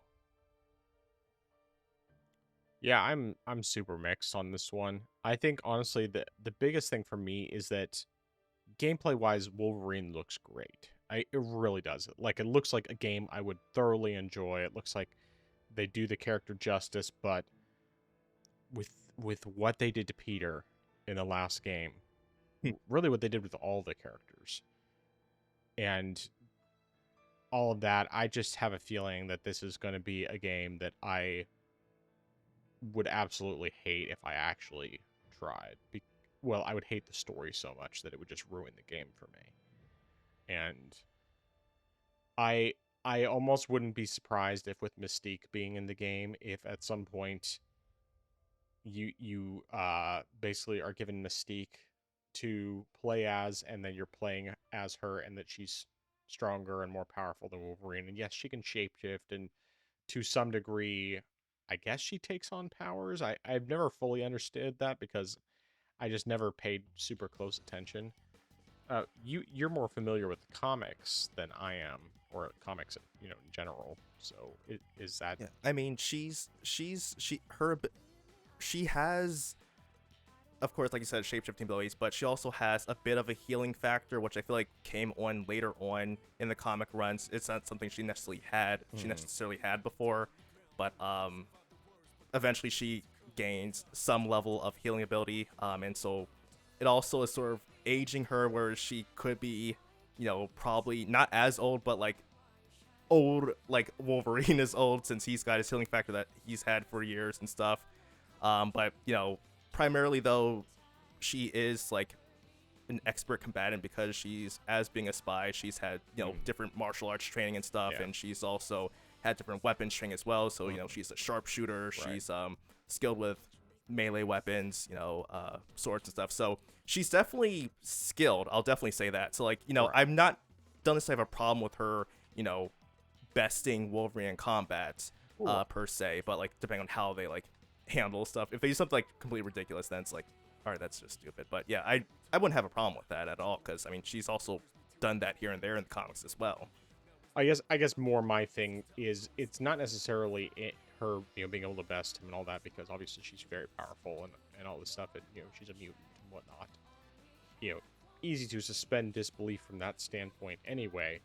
But more so in terms of my concern would be that basically her as a character would completely overshadow the titular character instead. Like you'd think that the game was about Wolverine, but it turns out it's actually really about, why am I forgetting her name? Mystique.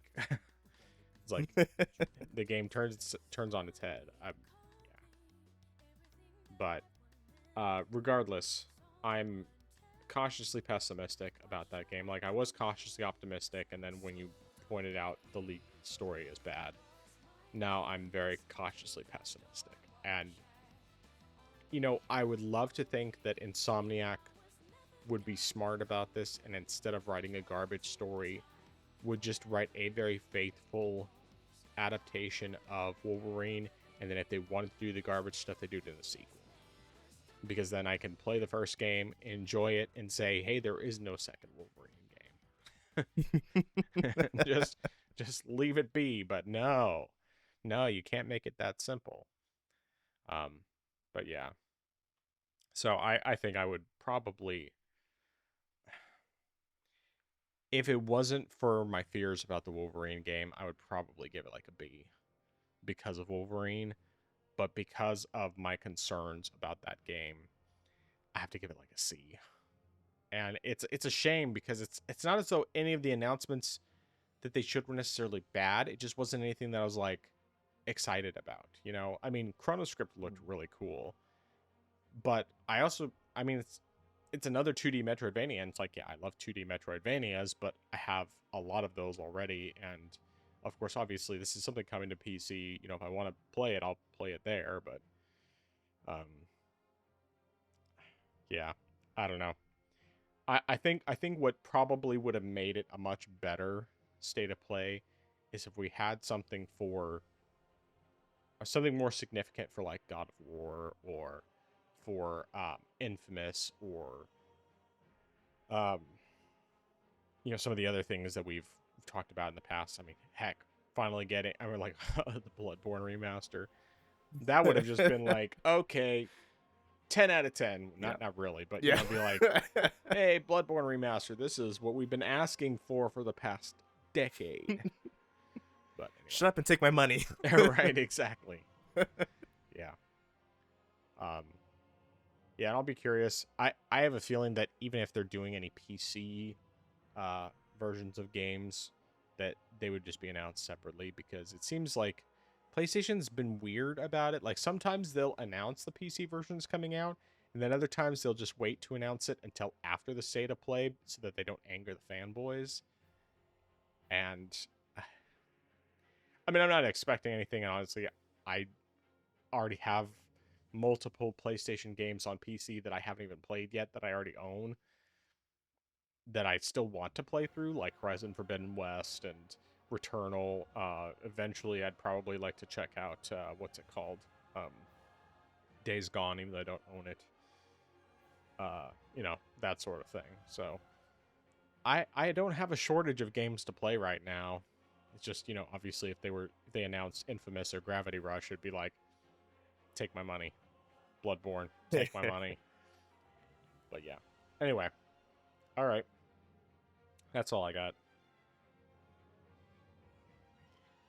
Here. Okay, sounds good. Well, we'll go ahead and move on into the next story. Xbox just announced they are increasing their prices again. The second time this year in the US. I have thoughts, and but yeah, I guess I should mention what the actual price increases are. So let me just bring those up real quickly here. So the Series X is going up to $649.99. That's just the base model of the Series X, not the 2 terabyte version. Um, and then let's see here. I'm not sure if it says anything about Series S. I thought Series S was going up as well. Oh, Yeah, Series S is going up as well. let's see here. Where is it?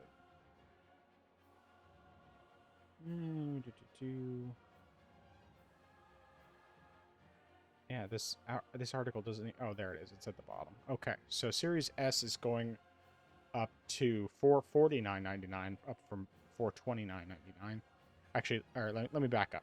Okay, so the Series S that's 512 gigabytes was $379.99 after the first price increase. Now is going up to $399.99. The 1 terabyte version had gone up to $429.99 and now is going to be $449.99. The Series X digital, which I'm pretty sure it's 1 terabyte, was $549.99 and is going up to $599.99, so $600. And then the base Series X with the disc went from the $599.99 to $649.99 with the price increase. And then finally, the 2 terabyte Galaxy Black Special Edition, which I believe is digital only as well, maybe I'm wrong on that, had already gone up to $729.99 and now is going up to $799.99. $800. Yep. All right. Give me your thoughts on this.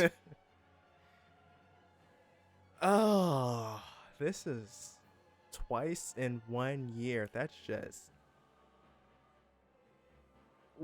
what are we doing here? I mean, this thing is just it's getting out of control. We've got an $800 console, which is just insane. I mean, we haven't had something like this.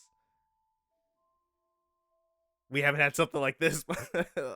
It's insane. And I mean, again, consoles usually go down in price as the years go by, not go up. And again, you can't just blame this on tariffs and say, "Oh, it's, that reason why, and that's why we have to make the prices go up." It's like, okay, again, why didn't the console drop in price before this year? Like, you can't just suddenly say all of a sudden we're gonna raise the prices. Like, we've had the consoles have been out for a while, so we would expect them to go down at some point, but they never did. They've only gone up.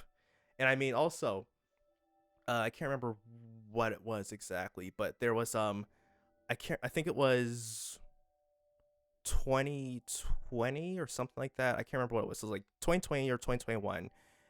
There were actually tariffs that were in effect in the U.S. I think, from what I saw. Yet we didn't get any price increases then for for consoles and stuff. So it's like, all right, what's the big deal? And you could, I mean, and here's also a funny thing too. I mean, it's not necessarily the same thing because it's not in the same market per se, but for I think I can't remember what this is. Probably like the third year anniversary or something like that. The Valve is selling the Steam Deck LCD on discount for this week as part of like the anniversary of its launch. And so, you can get that for a 256 gigabyte model for $320. They marked it down. And meanwhile, everyone else is marking their prices up. Like, what's the deal with that? It really just doesn't make sense. And so also, I was really hoping that when Microsoft said they were going to delay the announcement of the price for the ROG Ally X, because they were going to say we want to gauge the market because of the fact that it was leaked, of course. Now I'm wondering, are they going to raise the price of the Ally X now? Which, after seeing this, I wouldn't put it past them. I mean, I could be wrong, but I don't know. It just does not look good on that end, and I am ugh, yeah, it just I really can't get it. I don't get it. And I don't anyone who defends this, I don't know what to tell you because there's no defending this. There's no defending paying more. And I've seen several jokes saying that uh buying a console day one this generation has beat the entire S&P 500. It's been a better investment to buy a console on launch than it is like invest in the overall stock market. I'm just like you might have a point there. If you're getting better returns for your value, it's up there. It's a better investment, which of course is just insane because normally the prices again they drop as the generation moves on. But yeah, it's just ridiculous. And I mean, I'm not buying a console, so it doesn't necessarily impact me. But for people who actually do want to get into gaming, it's just it just sucks. I mean, having to buy a new console that is now egregiously priced. We're approaching $1,000 for a console, and who knows how much the next generation of consoles are going to cost then if this is how much they cost now for 4 or 5 year old consoles. But yeah, that's all I've got to say. Yeah, this is part of the reason why I decided to upgrade my GPU now. Because it's just like the prices of stuff is all they're already ridiculous with GPU market. I mean, that's just the reality. But even though I went for a not new card, one well, it's new, but it's not not recently released card. It's less expensive than a PS5 Pro or a Series X. Whether you go with the regular Series X or the 2 terabyte version, it's less expensive than that. And yes, of course, the whole build as a whole has costed more, but I've also spread out the cost, and it's worth a lot more because this is going to maintain me for a long time now. Especially with the quality of games that have been coming out lately in general, where I haven't been as interested in a lot of the games that come out. And the ones that I am interested, most of the time run really well. But yeah, as far as these prices go, this is just I've heard someone theorize that this might just be their way of trying to get the ROG Ally, the Xbox Ally, and the Xbox Ally X to look more appealing in terms of their price. But it's also probably conditioning people to the reality that consoles are going to be really expensive next gen. And it's just sorry, I'm not even good with words, obviously, but it's ridiculous how expensive these things have gotten. And it's only going to keep increasing. And I totally get it why people prefer consoles, simplicity. They don't have to worry about dealing with any of the stuff that comes with PC. And there's certainly stuff that comes with PC, but you also don't get the freedom. And you're stuck in many cases in an ecosystem. Any games that you buy are stuck on that ecosystem, and if they decide not to make it possible for you to play those games on a future generation, then guess what? You either have to use your old hardware or you don't get to play them. I'm not going to go into all the stuff with PC from that standpoint, but all this being said, there's no excuse for Microsoft to do this. And like you said, with the tariff argument, okay, for one, they never lowered the prices. Why didn't they lower the prices before? And then just increase the price to a higher, the pre-discount price because of the tariffs. But if this was all a tariff issue, then why did they never decrease the price? And then if the tariffs go away, are they going to lower the price back down? No, they're not. Either that, or they'll lower it down when the console's 10 years old and nobody wants it anymore, and the new console's out. It's like, I'm sorry, that doesn't count. Yeah. It's like, that really doesn't count. But furthermore, Xbox probably already has a large stock in the US of unsold consoles. So why are they increasing the prices of those unsold consoles that weren't affected by tariffs at all? But I mean, that's obvious. Money. Money, money, money, money, money, money. Stop it, you mean old potato.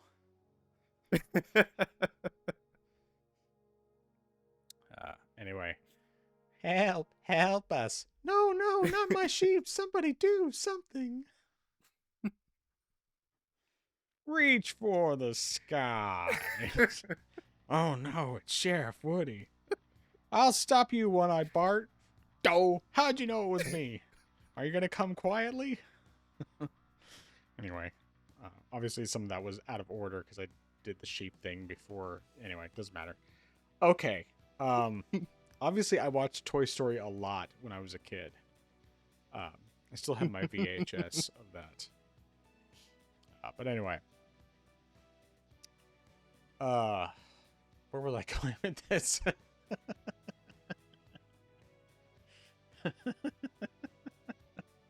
Oh yes, Microsoft wants money. That's what it comes down to.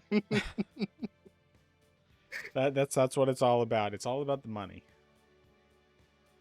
Yeah. Anyway, I guess we can move on now, unless you have any other thoughts. No, nothing else from me. All right. You want to talk about these updates to the DualSense? Sure thing.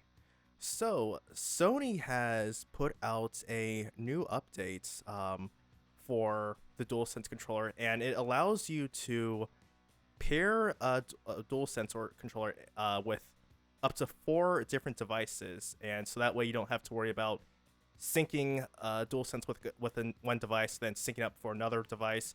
What you do essentially is just hold down the PlayStation button plus one of the face buttons. The default one for the PS5 is the triangle button, I believe, and then you can just map it with the other ones for any other devices. And they released it to say you just have to update your controller, and you're pretty much good to go. And there is also is that part of it? Oh, yeah, and there's also a power saver one as well for it as well, just to help it. Wait, that might not be with that, I think.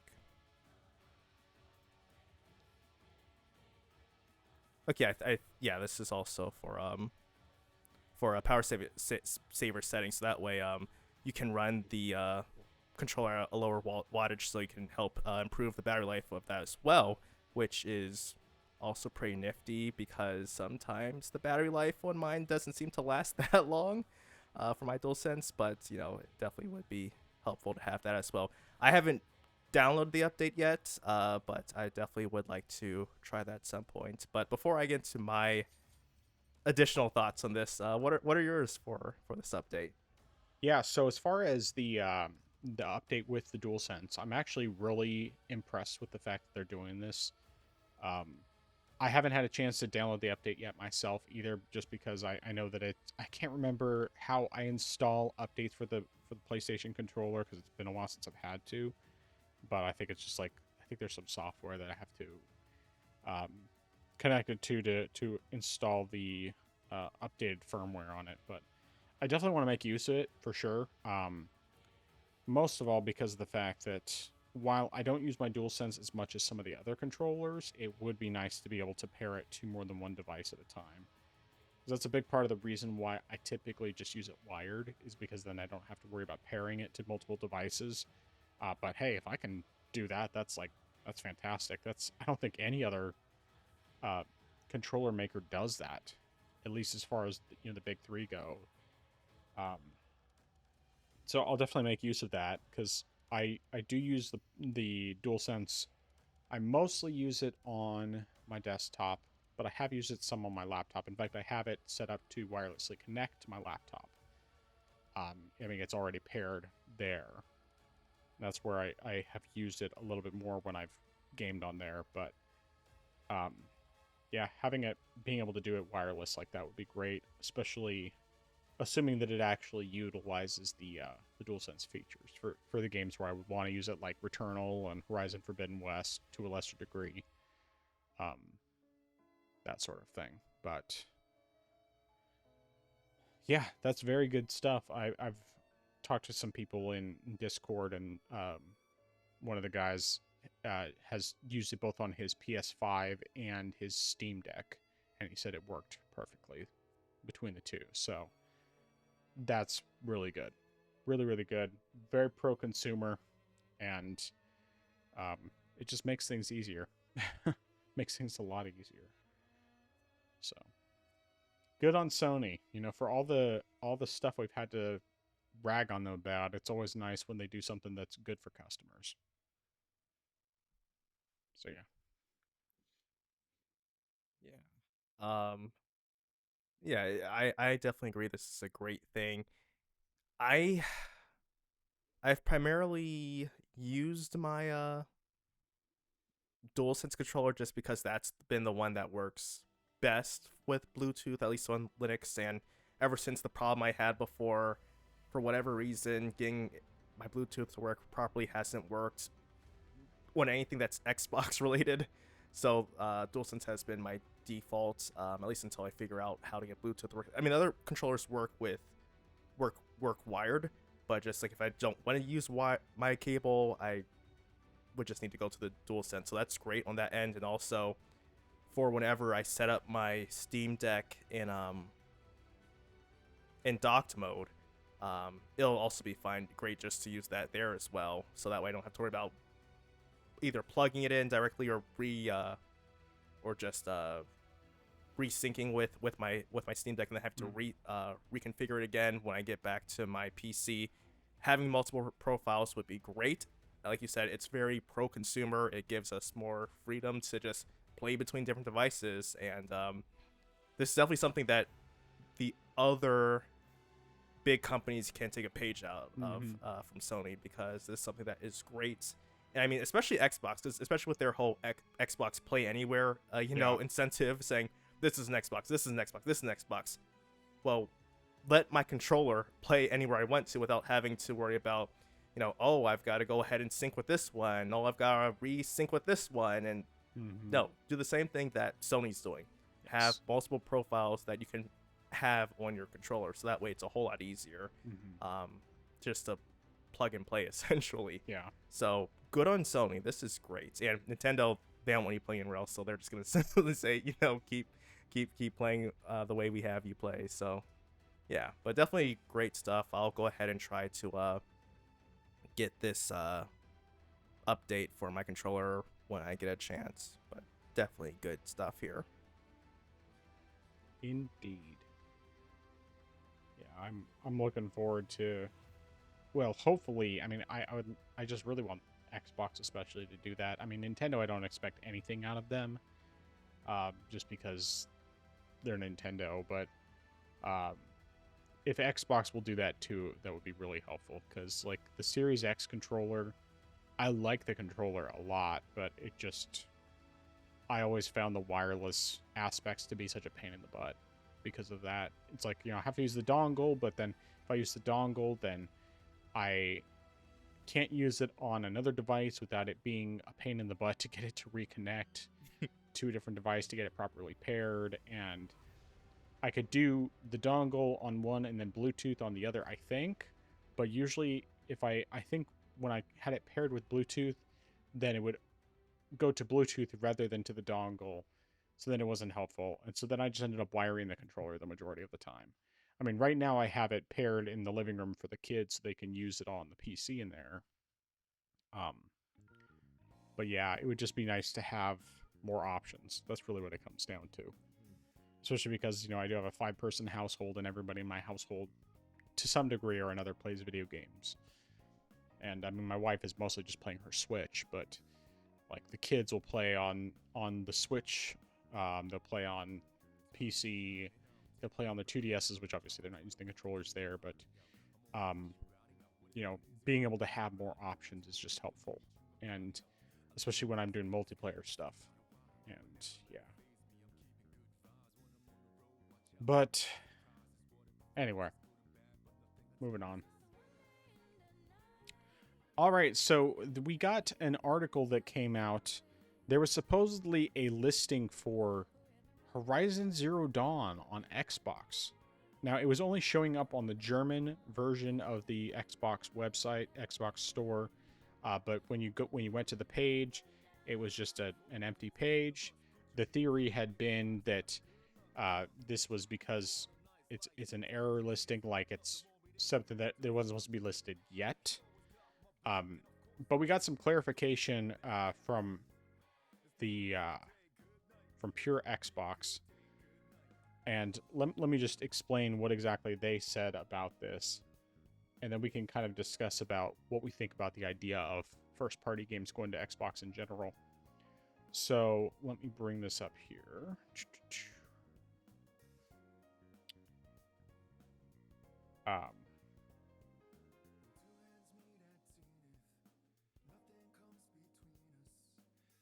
So basically, if you typed Horizon Zero Dawn or any of the aforementioned PS5 games with Xbox in the search bar, you'd come across an Xbox store link to the German version of the store. Then when you clicked it, you'd be presented with an error page on the Xbox store itself. They ask, is this indicative of anything? Almost certainly not. In fact, lots of people have been pointing out that these links have existed for ages, and their visibility appears to be the result of indexing errors from Google. So, basically, it's just, if people search from Google, then Google will make, or people search from Google or from the Xbox store, if they search for that, Google archives that essentially as though it was something that could actually be found, but it turns out that it's actually not there. And whether or not that actually means that no PlayStation first-party games are coming over, we don't have a clue. But I'm curious to hear what you think about the possibilities here, and even just about this whole thing in general. Yeah, I was so let down because I saw the initial articles and stuff that I'd seen people posting. I was like, oh yeah, this looks so cool. I'm like, wow, I was not expecting this to be the game that would come over, at least be the next one that would come over. And then when you sent me this article, I was like, oh no, I fell for it. Womp womp. But it's disappointing, but at the same time, this doesn't disprove the fact that the game could still come over at some point or another. Because again, as we said before, Helldivers 2 sold very well on Xbox, and I'm pretty certain that Sony isn't just gonna say, oh, we've had enough money from the Xbox crowd, oh, we're full, we don't want any more money from you guys, no thank you. No, they're gonna do the same thing they did with PC and say, huh, there's money to be made here, huh? Well, why not send a few more games your way and see if we can make some extra cash, especially since Sony says that games are getting more expensive to make.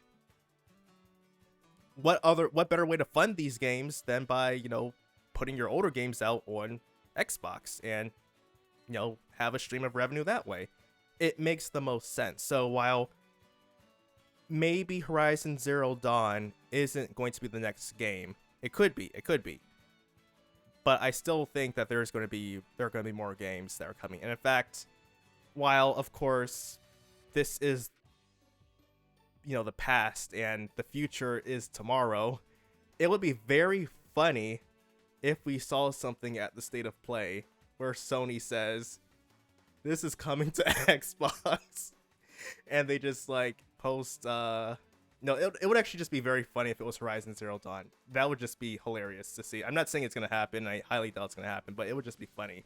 But I still think that at some point we are going to hear more from Sony about putting their other games on Xbox. Like, it just seems inevitable to me. It might be more a matter of when than if. Microsoft already did that when they started putting their games on PlayStation and doing that with Nintendo Switch. I don't think too much to the same degree, but they're still putting their games there as well. So they are also seeing the fact that, hey, we want to have different revenue streams coming in so that we make more money. And Sony eventually is going to do the same thing they did with PC. They might not express that they're going to do that. They might try to mask it as much as they can, just so that way their fanboys say, oh no, Sony's going third party now. It's they're saying, no guys, we've still got exclusives. Don't worry guys, we're still looking out for you. But at the same time, they're also going to be like, hey, Microsoft, would you like to buy these games from us? So that's how I see it. It definitely probably won't be the same. Things won't be escalating at the same rate as they were on PC. I doubt that, Sony's going to be doing every year we've got a game coming to Xbox, similar to like every year a game's coming to PC. But I still expect, maybe every 2 years or something like that, there could be a game that comes over. And also depending on the title as well. Horizon Zero Dawn, I still think is possibly going to come. I just don't know when. And you mentioned this before, they'll have to work out the whole licensing thing, but I also feel like Spider-Man makes sense. But we'll just have to wait and see on that one as well. But yeah, while it's disappointing to see that this isn't necessarily that the links pages weren't necessarily what we thought they were going to be. I don't think this disproves the notion of games coming over to Xbox in the future, because I still think that's definitely a possibility. But yeah, that's all I've got.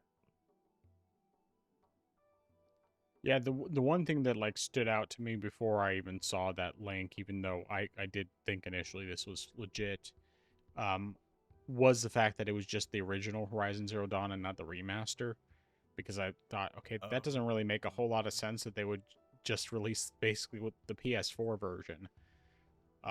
That's a good point. But either way, I mean, I'm with you on this. I think that it's still very possible it could happen, because as much as diehard PlayStation fans and fanboys would like to say otherwise, Sony is not allergic to money. I mean, even if the Xbox is a sinking ship, which I don't believe it is, but I mean, yes, I mean, from a hardware standpoint, yeah, they're not console focused, but they're just taking a different strategy. They're looking at the way that the market has been going, and they're going with a different strategy that time will tell, how successful it is. But I can't see any realistic world where a multi-billion-dollar corporation that makes a lot of money from video games wouldn't try to make more money from video games, even if it's on a competing platform. I mean, time will tell. I could be totally wrong, and I'm fine with that. But the reality is that even if they never put a single player, first party game on Xbox, any of those games that are on PC will be on Xbox. That's just the reality. That's the way it's going to be, is that they're going to be playable on Xbox one way or another. It's just a question of whether they go kicking and screaming or they go completely willingly. I think that Sony would probably stand to gain the most money if they just let the PC versions go over, which they're not going to stop that anyway. Let the Xbox people access Steam, GOG, whatever. They can access those PlayStation games and play them that way. And then they don't have to put any money down in order to make that happen. Or they can spend the extra money to get a more optimized version, which is more likely to sell and potentially sell quite well. But it's one of those things where they just have to make the decision what they're going to do for their brand. And I was discussing this with a buddy the other day, and he's diehard PlayStation, former PC guy and diehard PlayStation now. And I was trying to explain to him that I really believe that regardless of what we think about exclusives, the reality is that Sony is more concerned with making the numbers go up in terms of the money that they're making, their profit margin. They're much more concerned with that than they are about loyalty to their hardcore players, because the market has changed. It's not the same as it was in the 90s and the early 2000s. It's just not. Exclusives are not as important as they used to be. They're helpful to sell hardware for some people, but they're not as much of a driving force. And you look at the type of games that people play most of the time, and it's very rarely PlayStation first party titles. Now, he did point out something to me that, I guess I had known, but it was still good to be reminded that just because not every PlayStation game sells high amounts, there's not every person who's buying a PlayStation console for a console exclusive is buying it for the same console exclusive. And so you might have one person who's buying Uncharted but not buying Horizon, another person who's buying Spider-Man but not buying God of War. And you're going to have some people where they'll buy multiple exclusives. Some people will buy every single one, especially the PlayStation diehards. But there's a lot of people, they'll buy a couple of games, period. They'll buy Call of Duty, they'll buy Grand Theft Auto, they'll play Fortnite, they'll play Call of Duty Warzone, or what have you. They'll play all these free-to-play games most of the time, FIFA, Madden, what have you, and then they will occasionally pick up a single-player game. But Sony wants that money, and they can only get so much from microtransactions. And while microtransactions, I think, are a big part of their revenue, if people don't want to buy their console for the exclusives, they may not buy the console. And some people just don't want to spend that kind of money just so that they can play one or two games, even if they want to play them. It's like when it came to Xbox One, there were a few games that I was interested in, even the 360 and to a lesser extent the original Xbox, but I never bought any of them. Even there was a point where I actually was very seriously considering grabbing an Xbox One because I was interested in Sunset Overdrive, but I didn't, and I'm glad I didn't because it came to PC. And since then it's like every Xbox game comes to PC, which is even more of a reason why I don't want it. But furthermore, as I've said many times before, I'm just not a fan of what consoles do anymore in terms of the closed ecosystem. I like having the open platform that we have on PC. I like having all the freedom and the ability to buy a game once and play it forever in most cases. And, just everything else that's amazing about PC. So, that being said, we'll have to see what happens with this next generation. It's pretty obvious that what's going to happen with the Xbox Ally and the Ally X, with it opening up to having Steam and other storefronts, this is what they're doing with the next Xbox console. It's obvious. There's no way that they're not doing that. I haven't had a chance to check out the video or anything, but I guess Moore's Law is Dead has said in a recent video, at least based on rumors he's heard, and this is not quite as quote-unquote confirmed as his PS6 stuff, that the next Xbox is not going to have an APU, but instead is going to have an actual AMD GPU, because AMD basically said, you don't move enough volume for us to warrant putting this together. Even though, I mean, like, part of me is like, okay, that makes sense. But then the other part of me is like, but they also just partnered with them. So I'm not entirely sure what they're doing there. I mean, putting a GPU in, I think, is a smart idea, especially because then that would make it possible for people to upgrade their Xboxes. But theoretically, anyway. Yeah, unless they decide to do something where it's just like a hardwired one, or one that's like Yeah, yes, that's true. soldered onto the motherboard as True. well. That's the only downside. Yeah. But either way, I mean, just opening it up to where they have access to any store, that'd be great. And I think that one thing that could really help them from that standpoint is if they got to work with other storefronts like Valve and that sort of thing, to where they would actually allow them to have like an Xbox verification system. When it comes to those things, I mean, obviously most people probably would end up going through the Windows Store, especially because of the whole Play Anywhere thing, where if you bought a title on Xbox and it's also on PC and it's a Play Anywhere title, you get that PC version without paying anything extra. You just own both versions. So there's that too. But anyway,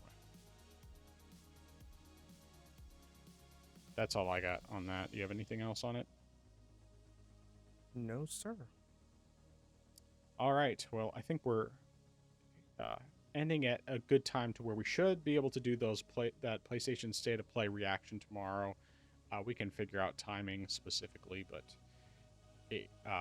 either way, we'll plan on going over that tomorrow evening, and as long as timing still works out for you, and if not, we can push it to next week. All right. Well, let's get into our recommendations and dissuasions. Why don't you start us off?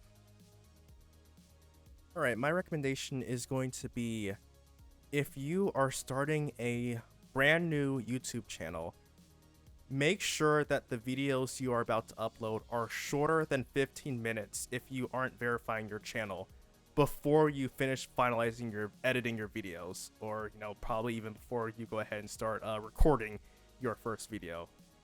Because I made that mistake where I uploaded a video, and then after it was done uploading, it was they said there was an error and they couldn't upload it, and then I realized, oh, it's because it's longer than 15 minutes, and my channel's not verified either, and so that was a lot of a headache because I didn't want to go ahead and give Google my phone number, and they've been pestering me for that anyway. But I was like, no, I'm not gonna do that, so I just cut the video in half, even though I didn't want to. But yeah, definitely make sure that your videos are shorter than 15 minutes if you do not verify your channel.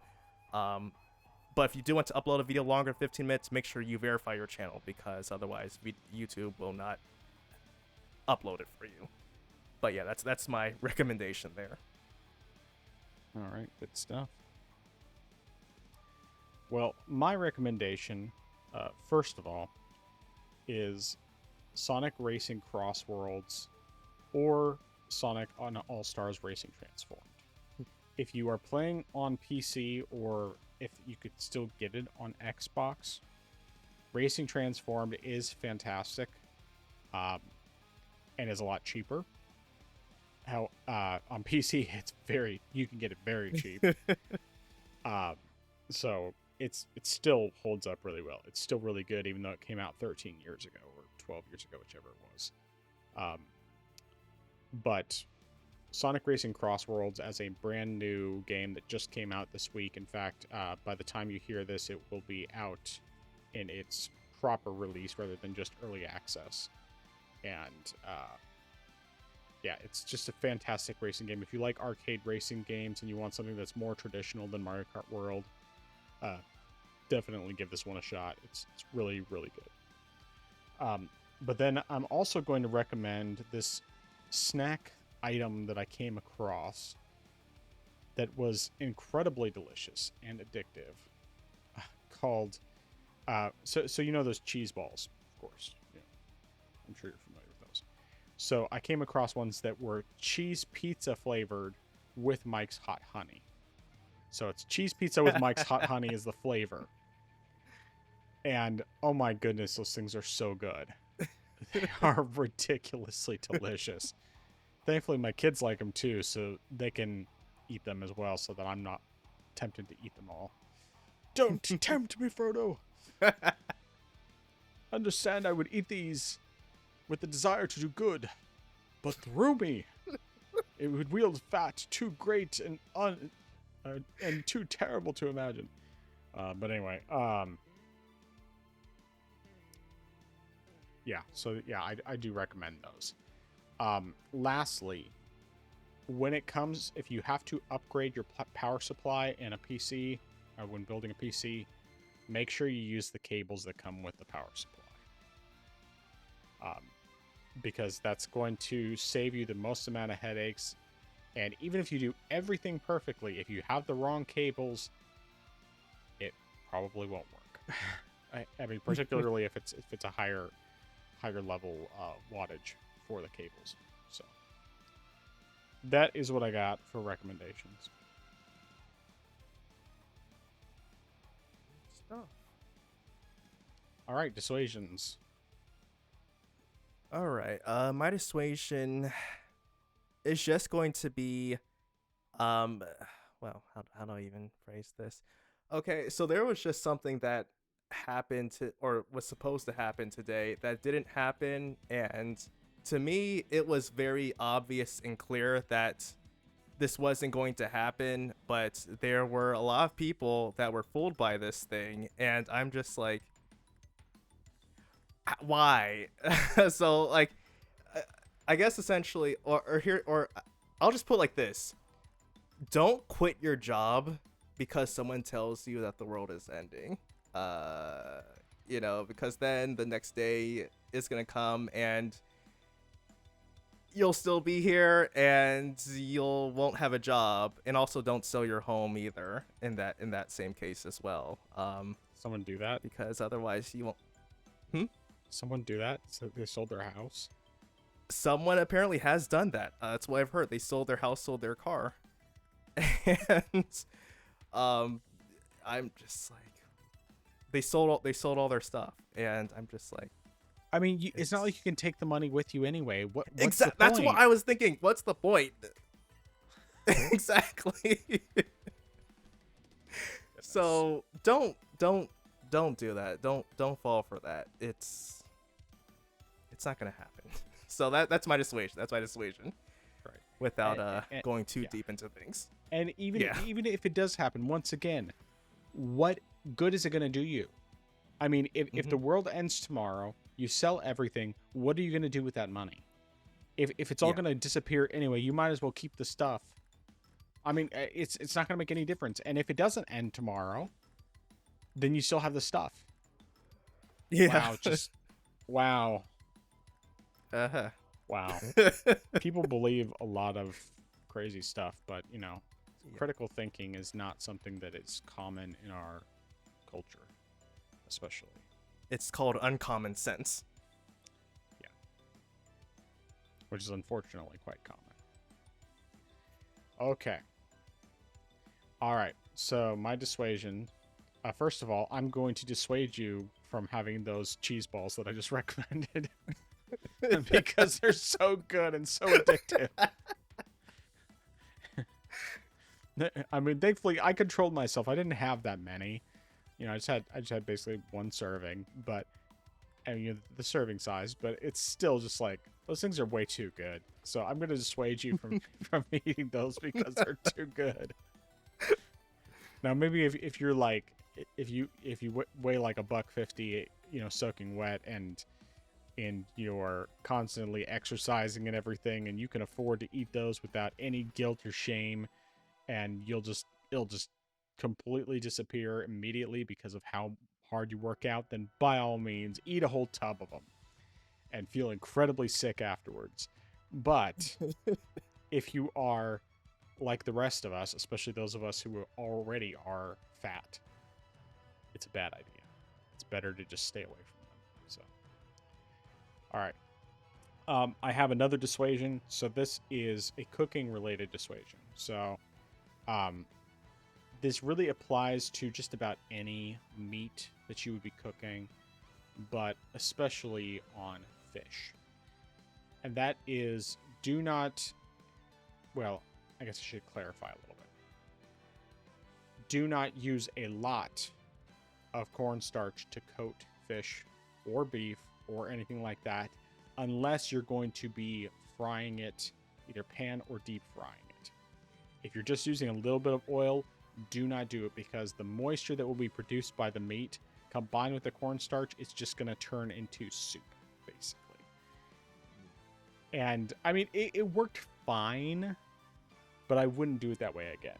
Next time, I just won't even bother with the cornstarch. I was thinking, okay, I'm just trying to coat it to keep the moisture in, but I used too much cornstarch, and so it's like, yes, it was well coated, but the problem is that then all the moisture that came out from the fish just made it so that it was basically like more or less a soup. And I mean, it wasn't like a thin, like, soupy soup, but it was like just more like a thick sauce, essentially.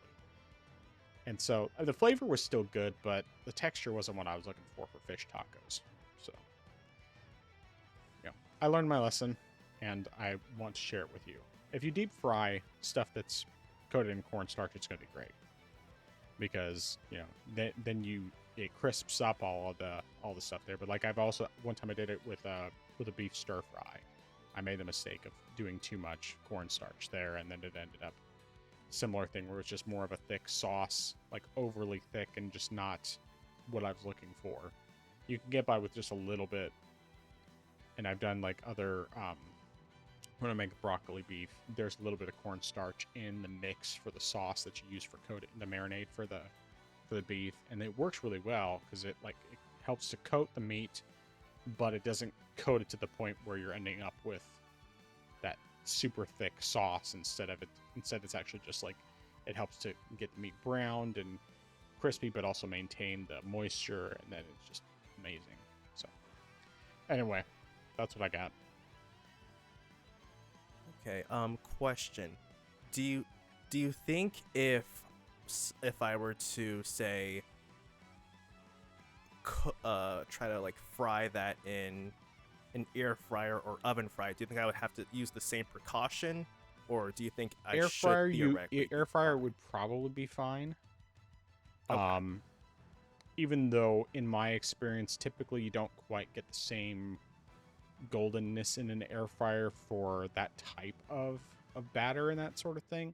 Like, air fryer works really well when it's like more of a dry batter, but when it's a Okay. wetter batter, especially if the meat is like more damp in the beginning and then you like put cornstarch on it or whatever, it typically doesn't end up quite that same crispness that you get from either deep frying or pan frying it. But if it's more of like a cornmeal or like a panko base, that sort of thing, then it's perfectly fine. Okay. Cool. Thank you. All right. Well, where can people find you? They can find me on my channel. I am Xeracon. That's IAMXERACON. So youtube.com/@IamXeracon. No new content this past week on there. And I was going to plan on doing the Spider-Man video. However, since I seem to be right at the end of Expedition 33, I think I'm going to go ahead, finish that up, and finally put out my full, well, not full because it's going to be spoiler free, but I'm going to put out my actual review on the game on that. So I'm very certain that it's going to be the next video. I'll just have to go ahead, write up stuff, but I've been looking forward to that, and I'm finally really happy to get the ball going on that. So yeah, that'll be the next video I have on there. Additionally, I felt moved to do this, so I've gone ahead and I've created another channel called Justin's Bible Blog, and it's something where I've been just pretty much just discussing certain passages that I'm reading throughout the week and that is sharing ones that particularly are noteworthy to me, or something that where I'm really just like touched upon. So just sharing my thoughts on those passages and stuff, and just sharing them online for people to see and whatnot. I haven't necessarily had a well. I've partially the last video I had partially was based partly in a passage that I did read, but then also it was covering previous events that have happened. So just sharing my thoughts on that. And then I think earlier today it was just a basic video that was supposed to be the first video. That was just talking about giving an overall overview of the channel. But yeah, so I think I might have another video coming out sometime this week for that channel, but I'm not certain yet. But yeah, that's all I've got. All right, good stuff, man. Just subscribed. I'll definitely check that out. Oh. Yeah, I think the one thing I'm going to be most curious about as you put these videos out is, I mean, since you and I haven't discussed some of our theology as much, I'd be curious to see where you're at compared to where I'm at, because I have a feeling, I mean, even though obviously you and I get along very well, because of the fact that I have views that I know a lot of people do not have in terms of just, well, we can talk about it separately, but there's and it's not, I mean, like the views I have are Bible based, but there's still there's a lot of people who reject certain things that I and many others believe, despite the fact just because of what they've been raised in. I don't know, I'll just say this: the viewpoint that I and many others, and when I say many others, I mean, millions upon millions of people. Not that matters a lot, but the view that we have is like learning the twist to a movie, and then when you go back and you watch the movie again, you realize it was there all along, and you just didn't see it. So, yeah. Anyway. I'm not going to get too much into that. But yeah, I'll mention it to you after we're done recording, and get your brief reaction without getting too in depth if we're on opposing sides of that. But anyway, so yeah, it's good stuff. I didn't know about that, but I am subscribed now, and I'll be checking it out. All right. In terms of where you can find me, so I have my YouTube channel, my YouTube gaming channel at the Frozen Gamer 87. Haven't put out anything new since putting out the Why I Love PC Gaming series, which is primarily it's one long video essay, and then also that same video essay just broken up into 25 parts plus the intro and outro, if you watch the playlist. But I am working on, I just finished writing the review for the QRD, what is it? QRD Ferrix M5 controller that I've been testing out the past few weeks, and planning to get that up. The written review will go up on Amazon first, and then the video review I still have to put everything together for that. I've recorded a bunch of clips and stuff. It's just a matter of basically reading the script I wrote for myself and then putting together the video, which hopefully I can keep it shorter so that it doesn't take as much time to put together. But anyway, so that's all I have for that.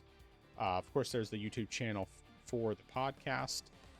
On YouTube, it's at the Orange Box Podcast. On Rumble, it doesn't have a custom URL, but both cases you can find the video version of the podcast every Friday at 7 a.m. Central Time, barring any technical issues.